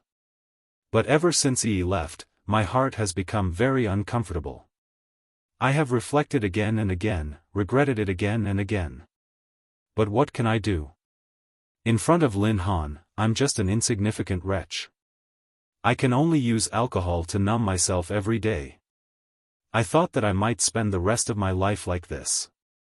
But your appearance gave me hope." Lin Chang said guiltily. "Don't make it sound so pompous. You drank because Lin Han took Yi away from you. He took away the power that belonged to you. You're begging me now because you're not convinced and don't want Lin Han to succeed. Am I right?" Qin Feiyang mocked. Lin Chang's face became extremely ugly. Because Qin Feiyang's words were all his inner thoughts. It was tantamount to stripping him naked and exposing him in front of others without any reservation. "Lin Chang, you may not know Qin Feiyang's current status in Yan City. Let me tell you this. Every decision he makes now can cause a big storm in Yan City." Luo Qinsue said faintly. In the beginning, in order to stop Lin Yi and Qin Feiyang from being together, this person could be said to be unscrupulous. How could he have thought that the trash back then would have today's achievements? Perhaps when he learned the truth, even his intestines would turn green with regret. Hearing this, Lin Chang's face was full of disbelief. Even if Qin Feiyang's strength had become stronger now, it was impossible for him to become an important figure in a place like Yan City. Qin Feiyang waved his hand and said, "Go back, I can't help you with this matter. Feiyang, I really know I was wrong. I was going to report to Lin Han just now, but I finally figured it out. Just help me. Even if you don't give me face, at least for Yi's sake. You don't want to see her marry into the royal family and be depressed for the rest of her life." Lin Chang begged. "You still know that she will be depressed?" Qin Feiyang suddenly stood up and said angrily, "What were you doing at that time? You only know regret now.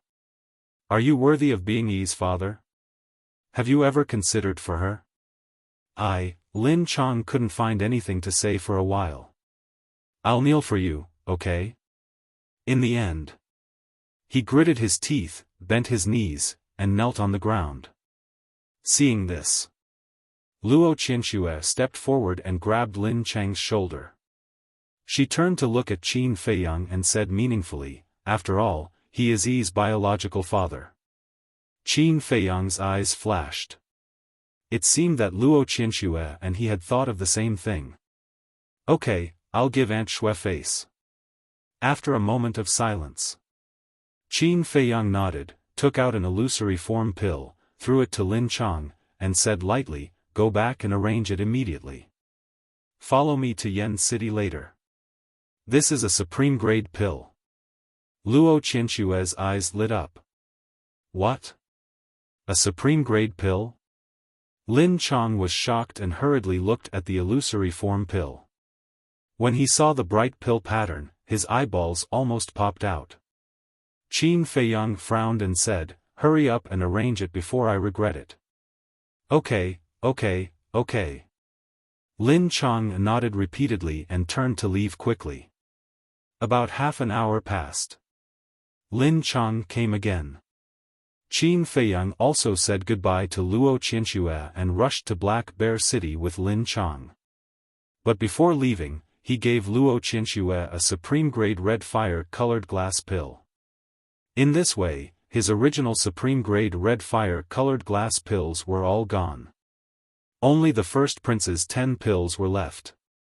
When they arrived at Black Bear City, it was already late at night. After calling Fatso and Shizhang, they rushed back to Yen City overnight. Calm Heart Lake. Qin Feiyang sat in front of the tea table, looked at Lin Chang and said, "Before Yi gets married, you'd better not leave Calm Heart Lake. Otherwise, if anything happens, I won't be responsible." Lin Chang nodded, his heart was in disbelief. Luo Qianxue said that Qin Feiyang's status in Yen City was not ordinary, but he didn't believe it. But on the way here, he finally deeply understood. The 9-star Battle King's personal protection. The martial imperial palace treated him as a distinguished guest. This kind of treatment was really amazing. Qin Feiyang said again, "Lu Hong, take him up and arrange a room for him. Follow me." Lu Hong glanced at Lin Chang, turned and walked to the second floor. Soon, Lu Hong went downstairs again, frowning. "Who is he?" Qin Feiyang said, "Yi's father."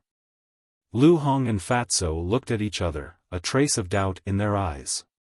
"Don't ask about this, help me count the things in this Qiankuan bag." Qin Feiyang took out a Qiankuan bag and put it on the tea table. Inside, was the Black Bear King's treasure. Fatso sighed secretly, suddenly grinned, took out a big red flower, and said, "Boss, look at what this is." 9 Suns flower? Qin Feiyang turned his head and looked, and said in a daze, "Where did it come from? You forgot it so quickly?" Fatso rolled his eyes and said, "It's the one in the canyon. When Shizhang and I were drinking at Spring Breeze restaurant, we suddenly remembered that we had forgotten to pick it, so we ran back to pick it." Qin Feiyang rubbed his forehead, feeling rather annoyed. At that time, he had completely thrown the 9 Suns flower to the back of his mind. Fortunately, Fatso remembered, otherwise, he would have to make another trip. "Thank you," Qin Feiyang said with a smile as he took the 9 Suns flower. His eyes flickered with radiance.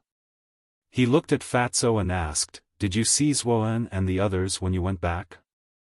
Fatso shook his head and said, "They were long gone. By the way, should we tell Feng Ling heir about Feng Cheng's death?" Qin Feiyang hesitated for a moment and said, "I'll tell her later, let's contact Manager Li first." Fatso took out an image crystal, and his genuine qi surged. Manager Li's image quickly appeared. Manager Li said in surprise, "You're already back. Isn't it obvious?" Qin Feiyang smiled faintly. "Has Zuan been killed?" Manager Li asked. "I don't know." Qin Feiyang shook his head, he was not in the mood to ask. He asked, "How's the collection of medicinal herbs?" Manager Li said, the Lin family has a snow crystal, and the royal family has a 9 suns flower, but they don't intend to sell it.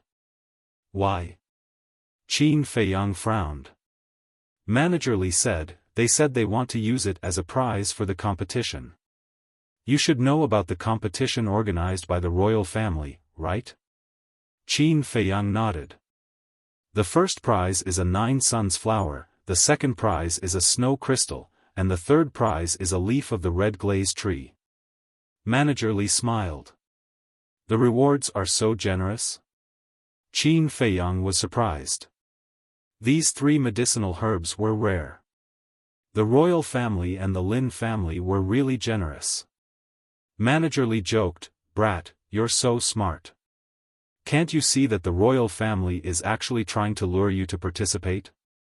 They're targeting you." Lure me? Qin Feiyang frowned. He really couldn't figure it out. Manager Li said, according to reliable sources, the first prince is the one who arranged the prizes. Do you understand now? So that's how it is. Qin Feiyang suddenly understood. He pursed his lips and sneered. Fatso and Zuan had humiliated the first prince last time. They must have held a grudge against him. The first prince was a smart person. He knew that Zuan would not participate in such a boring competition. So he used these 3 precious medicinal herbs as bait to force Zuan to participate. His purpose was to defeat Zuan, humiliate him, and embarrass him in front of everyone in Yen City. Manager Li said playfully, "So, are you going to participate or not?" Qin Feiyang said with a smile, "I was worried that I couldn't find a suitable wedding gift. I didn't expect him to deliver it to me. Do you think I should go or not? We won't be polite to people who are looking for trouble." Fatso said with a smirk. Interesting, interesting. Manager Li couldn't help but laugh. Qin Feiyang said, "Senior, I'll have to trouble you to send the medicinal herbs over now. Then you must prepare the gold coins. This is not a small sum."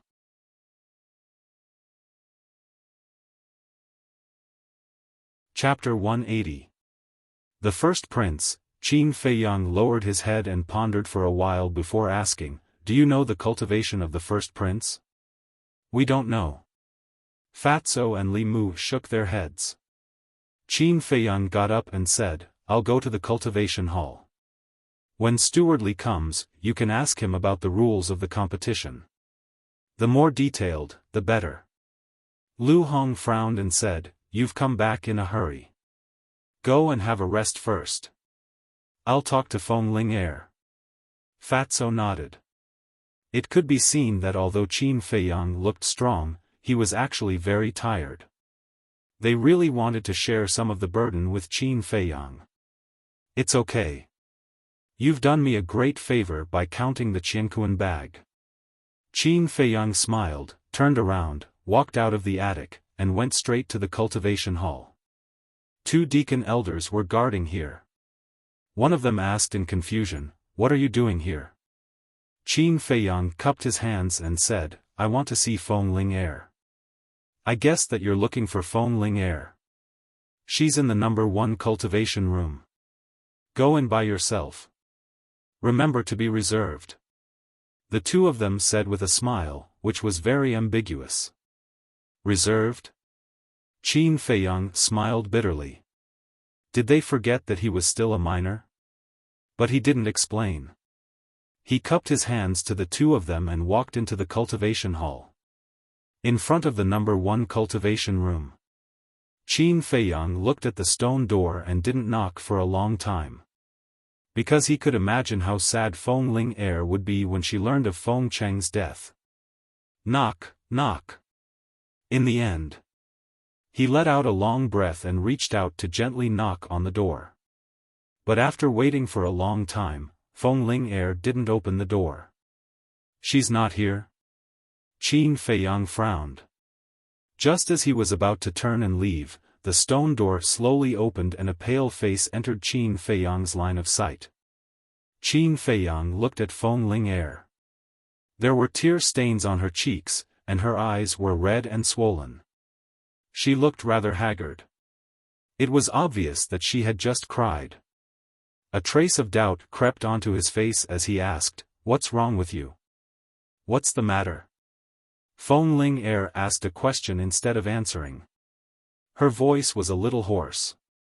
Qin Feiyang swallowed the words that were on the tip of his tongue.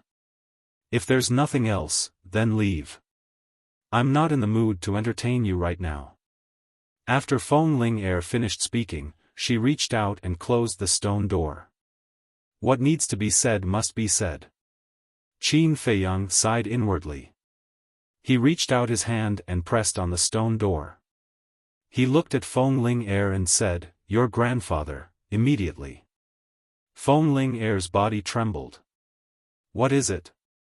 Qin Feiyang raised his eyebrows and asked, "You already know?" "Yes. It was Elder Ji who told me personally." Feng Ling nodded. Tears streamed down her face. Qin Feiyang said in surprise, "How did she know? Could it be that the palace master has returned?" "I don't know anything. I just want to be alone." Feng Ling shook her head. With a bang, she slammed the door shut. The sound of sobbing could be heard vaguely. Qin Feiyang stood in front of the door. He was at a loss. "Haotian, in the entire martial imperial palace, you have the best relationship with Ling Er. You should comfort her." Suddenly, the voice of an old man echoed from behind. Qin Feiyang was startled.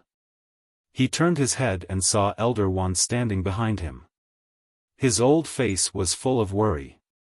Qin Feiyang said angrily, "Senior, can't you make some noise when you walk?" Elder Wan smiled, but it was very stiff. Qin Feiyang asked, "Is the palace master back?" "He's on his way back. By the way, let me tell you a piece of bad news. Zuan escaped." Elder Wan said. "This should be good news." Qin Feiyang pursed his lips and sneered. Elder Wan frowned and said unhappily, "What are you talking about?" "The truth. With a villain like Ma Cheng, it's hard not to fail. By the way, did you tell Feng Ling the real cause of Feng Cheng's death?" Qin Feiyang asked. "No. She's very sad now, and she's still so young. We don't want her to bear too much. Don't tell her either. In addition, the palace master has reached an agreement with Ma Cheng. The Danwang Hall will no longer target you. But in advance, you can't spread what Ma Cheng did in the Black Bear Mountain. Especially that fatso. Tell him to keep his mouth shut." Feng Cheng said with a serious face.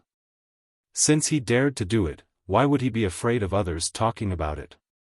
Qin Feiyang said angrily. After all, he is the palace master of the Danwang Hall. His reputation is very important. Our palace master, King Yan, and Pavilion Master Jiang also have to think about the overall situation. In such a complicated environment, many things can't be done as you want. Elder Feng Cheng's face was also full of helplessness. Qin Feiyang said self-deprecatingly, "The death of Feng Cheng and the Black Bear King in exchange for our peace. This is really a good deal." Alas. Elder Wan sighed softly, patted him on the shoulder, and comforted him. "The dead can't be brought back to life. Don't be too sad. Live well in the present." After saying that, Elder Wan turned and left. He came here to comfort Feng Ling But now, it seemed that he didn't need to comfort her. Ma Cheng, Qin Feiyang clenched his hands tightly, and his eyes became aggressive. Although he couldn't do anything to Ma Cheng now, he would slowly collect interest. He turned to look at the cultivation room and was about to leave. But at this moment, Feng Ling opened the stone door and walked out of the cultivation room. She said indifferently, "Follow me." Qin Feiyang followed silently. Since he had promised Feng Cheng, he naturally had to do it. It turned out that Feng Ling Er was going to drown her sorrows in alcohol. Drinking until midnight, she was already drunk to the point of unconsciousness. Qin Feiyang carried her back to the Jingxin Lake. Fatso and the other two immediately went up to greet him. Arriving at the second floor, Qin Feiyang walked into a room and placed Feng Ling Er on the bed. Then he got up and looked at Lu Hong, smiling. Go get a basin of water to wipe her, and then change her into a clean set of clothes. During this period of time, you don't have to do anything. You are responsible for accompanying her. Go out more often and talk. Okay. Lu Hong nodded. Thank you for your hard work. Qin Feiyang smiled and said to Fatso, come down with me. The two of them quickly went downstairs and sat beside the coffee table. Qin Feiyang asked, where are the medicinal herbs? Fatso took out 2 Qiankuan bag and said excitedly, do you know what Fat Lord found in the Black Bear King's treasure? 2 red glass trees, a total of 6 leaves, 7 fire ginseng, 2 blood ginseng, 1 9 suns flower, and 1 snow crystal. What? Qin Feiyang was dumbfounded. There were actually such precious medicinal herbs? Fatso said, other than these, there are many other precious medicinal herbs. As for gold coins, there aren't many, only 1 million. Qin Feiyang laughed, with those medicinal herbs, would we still lack gold coins? He was very grateful to the Black Bear King. But at the same time, he blamed himself even more. If he hadn't informed King Yen and the others, how could the Black Bear King have died? Fatso frowned and said angrily, boss, don't take all the responsibility on yourself. This is increasing the pressure on yourself. If you want to blame someone, blame that old bastard Ma Cheng. Qin Feiyang said with a faint smile, I'm fine. Sigh. Fatso sighed and said with a smile, Fat Lord has sorted it out. We have already gathered 3 sets of medicinal herbs for the potential elixir and 6 sets of medicinal herbs for the red glass elixir. They are all in this Qiankuan bag. Fatso pointed to the Qiankuan bag on the left. 3 sets. Qin Feiyang was overjoyed. He turned to look at Fatso, his eyes flickering. Fatso touched his nose and chuckled, why are you looking at Fat Lord like that? Are you also mesmerized by Fat Lord's handsomeness? At that moment, Qin Feiyang rolled his eyes and said with a smile, I might as well give all the medicinal herbs and gold coins to you for safekeeping. Fatso was slightly stunned and said with a sneaky smile, aren't you afraid that Fat Lord will fill his pockets? Qin Feiyang said lightly, it doesn't matter. Anyway, when the time comes, I will ask you for the medicinal herbs. You want to be a hands-off shopkeeper. Fatty had a helpless expression on his face. To be honest, it is not safe to leave the medicinal herbs and gold coins with Fat Lord. What if Fat Lord is robbed? So we have to separate them. The medicinal herbs will be with Fat Lord and the gold coins will be with Lu Hong. Boss, what do you think? Fatso asked. Qin Feiyang laughed, you have considered it quite thoroughly. You guys do as you see fit. I will go and refine the potential pill first. Give me the Qiankuan bag after you have sorted it out. Remember to leave me some pocket money. In your dreams, Fat Lord won't leave you a single silver coin. Fatso laughed sinisterly. Qin Feiyang rolled his eyes at him, grabbed the Qiankuan bag on the left, and prepared to enter the castle. Boss, wait, what should we do with this? Fatso hurriedly called out to him and took out a piece of paper. Qin Feiyang took a look and his face immediately darkened. This was an IOU. It was written that Qin Feiyang owed Treasure Pavilion 30 million gold coins. If he did not pay it off within a month, he would receive 1,000 gold coins interest every day. 30 million, where are we going to find it? Damn it, why doesn't that old bastard managerly rob us? Fatso's face was filled with anger and a headache. Qin Feiyang asked, how many gold coins do we have now? Fatso said, more than 4 million. Only 4 million, it's really a drop in the bucket. When I refine the scarlet fire-colored glass pill, I will use it to pay off the debt. Qin Feiyang threw the IOU to Fatso and disappeared without a trace. Not long after, Lu Hong went downstairs. Fatso asked, "How is she?" "Asleep." Lu Hong smiled and asked, "What were you guys talking about downstairs just now?" Fatso said, "Boss said that from now on, Fat Lord will be in charge of medicinal herbs and you will be in charge of gold coins. In other words, Fat Lord will be in charge of resources and you will be in charge of finances." Lu Hong laughed, "This is a good thing, it means that he trusts us a lot. So, you have to do a good job and not let boss down. How about we go on a date and have a candlelit dinner to celebrate?" Fatso stared at her lecherously. Lu Hong's face immediately turned cold. Fatso shrunk his neck and hurriedly ran away. At the same time, in a certain hall of the palace, Lin Hao frowned, "Your Highness, the elimination round will begin tomorrow. Jiang Haotian still hasn't come to register. Do you think he will come to participate in the competition?"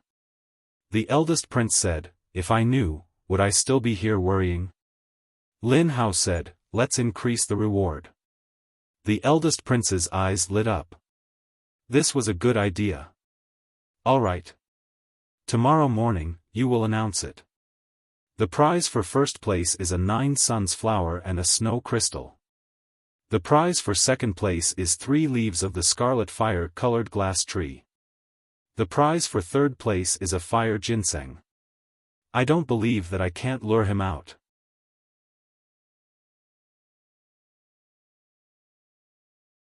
Chapter 181. At dawn, Qin Feiyang walked out of the castle and pushed the door open. He saw that Feng Ling Heir had woken up and was standing alone by the lake, looking at the clear water in a daze. Lu Hong was accompanying her. Qin Feiyang walked over and apologized, "I'm sorry, I'm incompetent. I couldn't save your grandfather." Feng Ling Heir said, "This has nothing to do with you. You don't have to blame yourself." Qin Feiyang's lips moved as if he wanted to say something, but he didn't. "Boss, you're so early." Fatso's voice came from the other side of the lake. Qin Feiyang looked up and saw Fatso standing on the other side of the wooden bridge, waving at him. "You're even earlier," Qin Feiyang said with a smile. "Of course, haven't you heard? The early bird gets the worm." Fatso chuckled and quickly ran over, saying, "Boss, Fat Lord really heard a strange news." "What news?" Qin Feiyang and Lu Hong looked at him suspiciously. "The prize of the competition has suddenly doubled." Fatso explained in detail. After listening, Qin Feiyang sneered, "This eldest prince is really impatient." Feng Ling Heir turned to look at him and frowned. "Are you going to participate in the competition?" Qin Feiyang said, "With such a tempting prize in front of me, how can I not go?" Feng Ling Heir thought for a moment and said, "Then I'll go too. I have nothing to do anyway." "No." Fatso shook his head. "Why not?"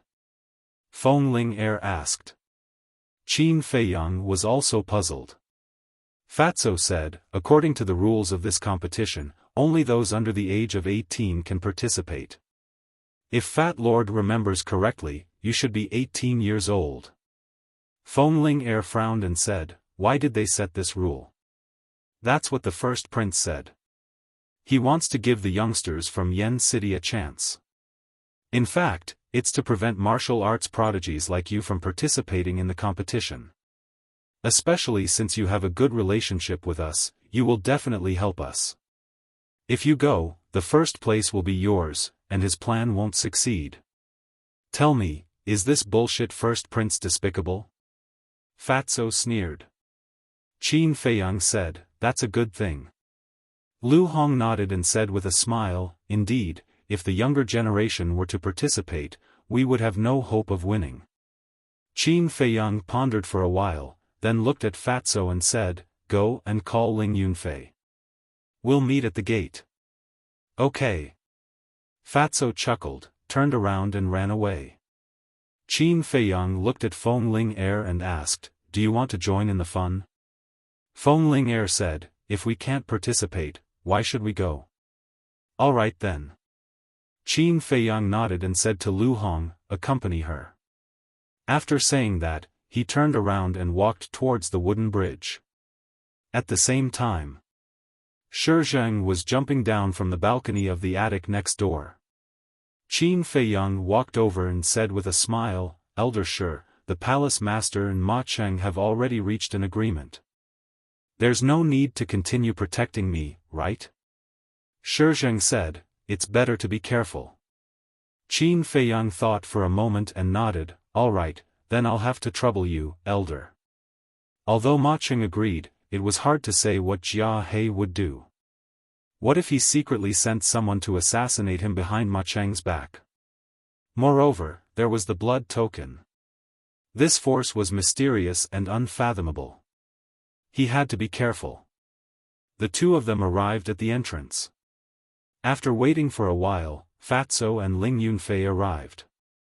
As soon as Ling Yunfei walked over, he said, Fatso has already told me the details. It won't be a problem to enter the top 3. Don't be careless. Qin Feiyang shook his head. The first prince had prepared for so long, he would definitely not let them win easily. It was likely that many of the geniuses in this competition had already been bribed by the first prince. Next, he brought the 3 of them and walked out of the martial imperial palace in a dignified manner. Jiang Haotian is out. He finally showed up. Where is he going? Let's go and take a look. The spies of the various major powers all followed behind the 4 of them. Qin Feiyang naturally noticed it, but he didn't care. Treasure Pavilion. VIP room. Manager Li glanced around and asked curiously, Brother Jiang, where are you going to cause trouble in this group of people? Senior, you're already so old. Can't you be more serious? Qin Feiyang was very helpless. He took out a jade box and threw it on the desk. Manager Li opened the jade box and 6 top-grade red fire-colored glass pills immediately appeared. After a quick glance, he looked up at Qin Feiyang and asked, are these used to pay off the debt? Isn't it obvious? Qin Feiyang rolled his eyes and said angrily, also, don't write any IOU in the future. It's annoying just looking at it. There's no other way. This is the rule. We're all honest people. We have to abide by it, right? However, these 6 pills are worth at most 25 million. It seems to be a little less than 30 million. Manager Li chuckled. Fatso said angrily, old bastard, can't you give us a discount? Sorry, I've already given you a 9% discount. Manager Li said with a smile. A 9% discount? Fatso was stunned and said angrily, you might as well not give us a discount. How can you ask for a 9% discount when you don't even know? Manager Li sighed, alas, I can't help it. Business is hard. In order to help you find those medicinal herbs, I almost broke my legs. How can you bargain with me here? Qin Feiyang's face twitched. He took out 2 more top-grade red fire-colored glass pills and threw them to Manager Li, saying, take the extra as a reward for your hard work. Good, good, good. Boss Jiang is so generous. Manager Li was overjoyed. 2 top-grade red fire-colored glass pills were worth at least 8 million. In other words, he could get 3 million as a reward. As for the rest, they were public funds. He didn't dare to touch them. Let's go. Qin Feiyang called Ling Yunfei and the other 2 and walked out. Go? Manager Li was stunned and hurriedly said, wait. Is there anything else? Qin Feiyang asked. Manager Li said, the account hasn't been settled yet. How can you leave? You still have to give me 2 top-grade red fire-colored glass pills. Qin Feiyang's body stiffened. He turned to look at him and asked, "Why?" Manager Li said, "Nonsense, of course to give to Jia He. Otherwise, do you think I took those 3 blood ginseng for free?" Qin Feiyang frowned, "Not included in the 30 million? No. Manager Li said. "In this way, I bought nearly 40 million medicinal herbs this time, didn't I?" Qin Feiyang was dumbfounded. Weren't the medicinal herbs of the potential pill a bit too expensive? Shi Zheng and Ling Yunfei next to him were also dumbfounded. What medicinal herbs were worth 40 million? Manager Li stared at him carefully and said, "Boss Jiang, I have to tell you, you can't go back on your words, or I'll ask Jia He to ask for it from you." "Do I look like someone who would go back on his words?" Qin Feiyang glared at him angrily, took out 2 top-grade red fire-colored glass pills and threw them over. In fact, his heart was aching. 10 top-grade red fire-colored glass pills were gone as soon as he came to the treasure pavilion. He was really bleeding a lot. Boss Jiang is indeed a man of his word. Manager Li gave him a thumbs up and laughed heartily.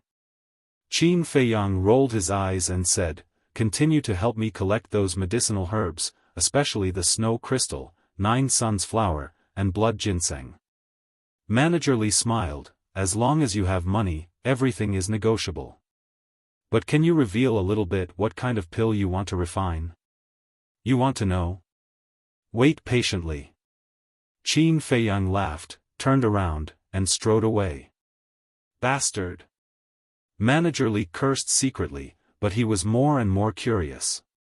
Fatso chased after him and frowned, "Boss, I still want to save some money, but if you squander it like this, I'm afraid we'll be poor for the rest of our lives." "Don't worry, when the time comes, we only need 1 pill, and we'll get back the cost," Qin Feiyang said with a smile, showing off absolute confidence. Hearing this, Shi Zheng and Ling Yunfei looked at each other and couldn't help but feel surprised. What kind of pill could be worth 40 million gold coins? Fatso's eyebrows were also full of doubts. Leaving the treasure pavilion, Shi Zheng took the 3 of them and rushed to the East City district. This news quickly spread to the ears of the first prince and Lin Hao. "They're finally here. This time, I'm going to make a fool of you in public. Let's go and welcome them." The first prince sneered, got up, and walked out of the hall. "Welcome?" Lin Hao was slightly stunned and frowned, "There's no need for that." The first prince said, "I have to see him sign up with my own eyes before I can be completely relieved." "Okay." Lin Hao nodded, got up, and followed the first prince to a square outside the palace, waiting quietly. There were many young people around. When they saw the 2 of them, they ran up to curry favor. They didn't know how long they had waited. In short, they were impatient. Finally, 4 familiar figures entered their line of sight. At the same time, Qin Feiyang also noticed the first prince and the second prince. Ling Yunfei sneered, "Needless to say, they must be waiting for us. Then let them wait a little longer." Fatso smirked, glanced at the 2 sides of the street, and locked his eyes on a shop on the left, and said, "Boss, there's a clothing shop, shall we go in and shop?" "Okay, I'm also planning to buy some clothes." Qin Feiyang nodded. Under the astonished gaze of the first prince and Lin Hao, Qin Feiyang and the other 2 went directly into the shop. "These 3 brats are really a headache." Shi Zheng shook his head and smiled bitterly, and could only follow in. After buying clothes, they entered a shop that sold shoes. After buying shoes, the first prince and Lin Hao thought that they were coming, but they didn't expect that they would enter a jewelry shop. "Your Highness, they must be doing it on purpose." Lin Hao roared angrily. "Even if it's on purpose, you have to bear with it," the first prince said in a low voice, his hands hidden in his sleeves tightly clenched. Obviously, he was also very angry. "Your Highness, what are you doing here?" At this moment, a puzzled voice sounded. A young man in purple walked out of the crowd and strode towards the first prince. Behind him, there was a man and a woman, both of whom were in their late 20s and had extraordinary temperaments. The first prince smiled. "Shuiyang, why are you here?" Shuiyang said, "I brought Junior Xia and Junior Wang to sign up for the competition." The first prince glanced at the man and woman, and his eyes flashed slightly. He looked at Shuiyang and said, "Jiang Haotian is in that jewelry shop, go and see what they are doing." Lin Hao added, "If there's a chance, teach them a lesson." Jiang Haotian. Shuiyang's eyes suddenly surged with strong killing intent, and he sneered, "Your Highness, don't worry, leave it to me. Let's go." You're tuning into the Xiaofan's Wuxia Tales YouTube channel. Don't forget to subscribe and join us on this journey to catch the most captivating stories.